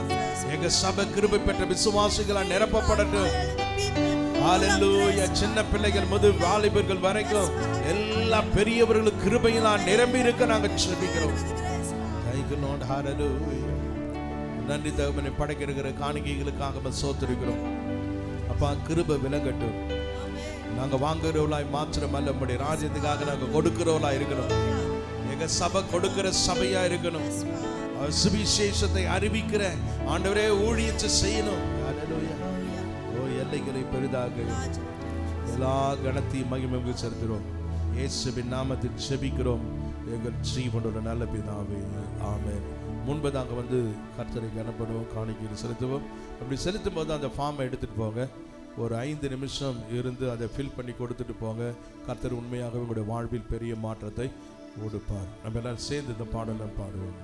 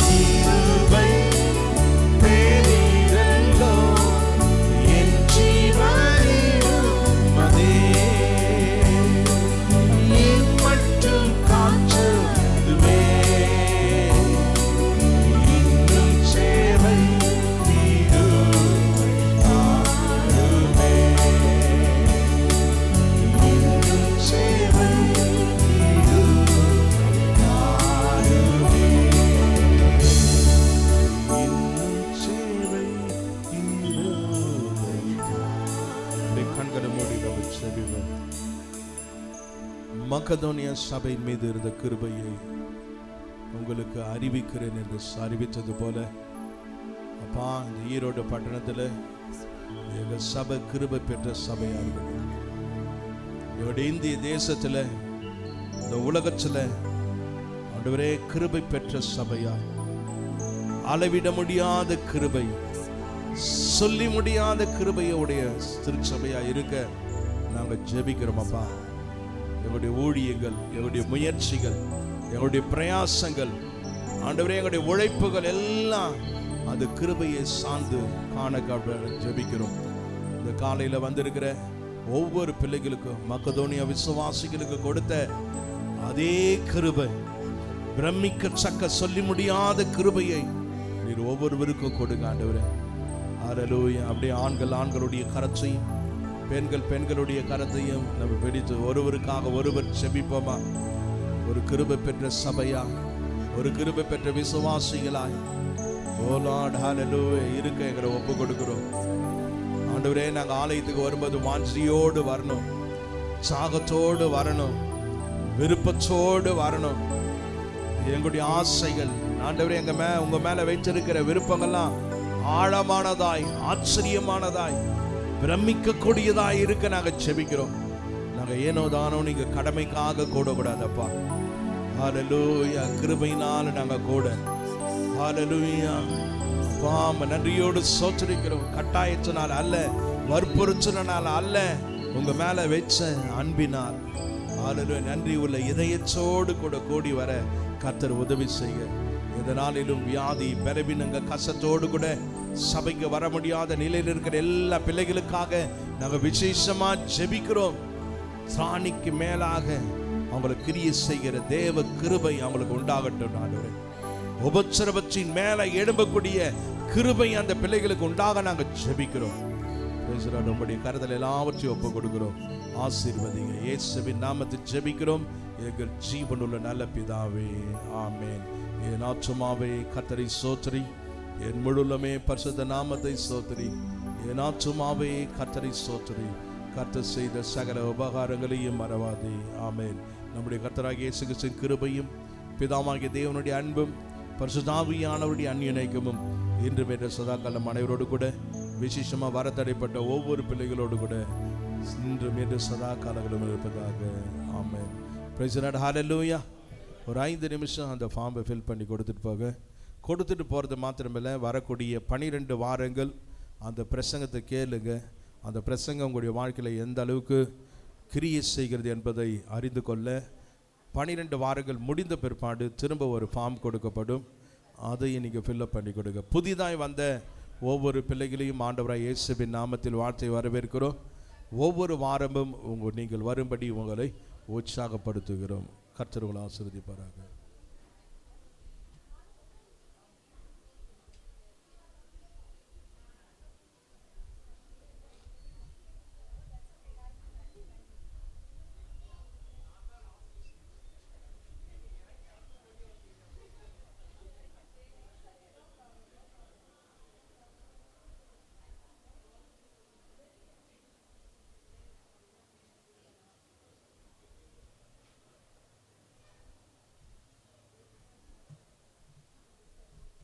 உங்களுடைய பெயர்களை முக்கியமாக எழுதுங்க.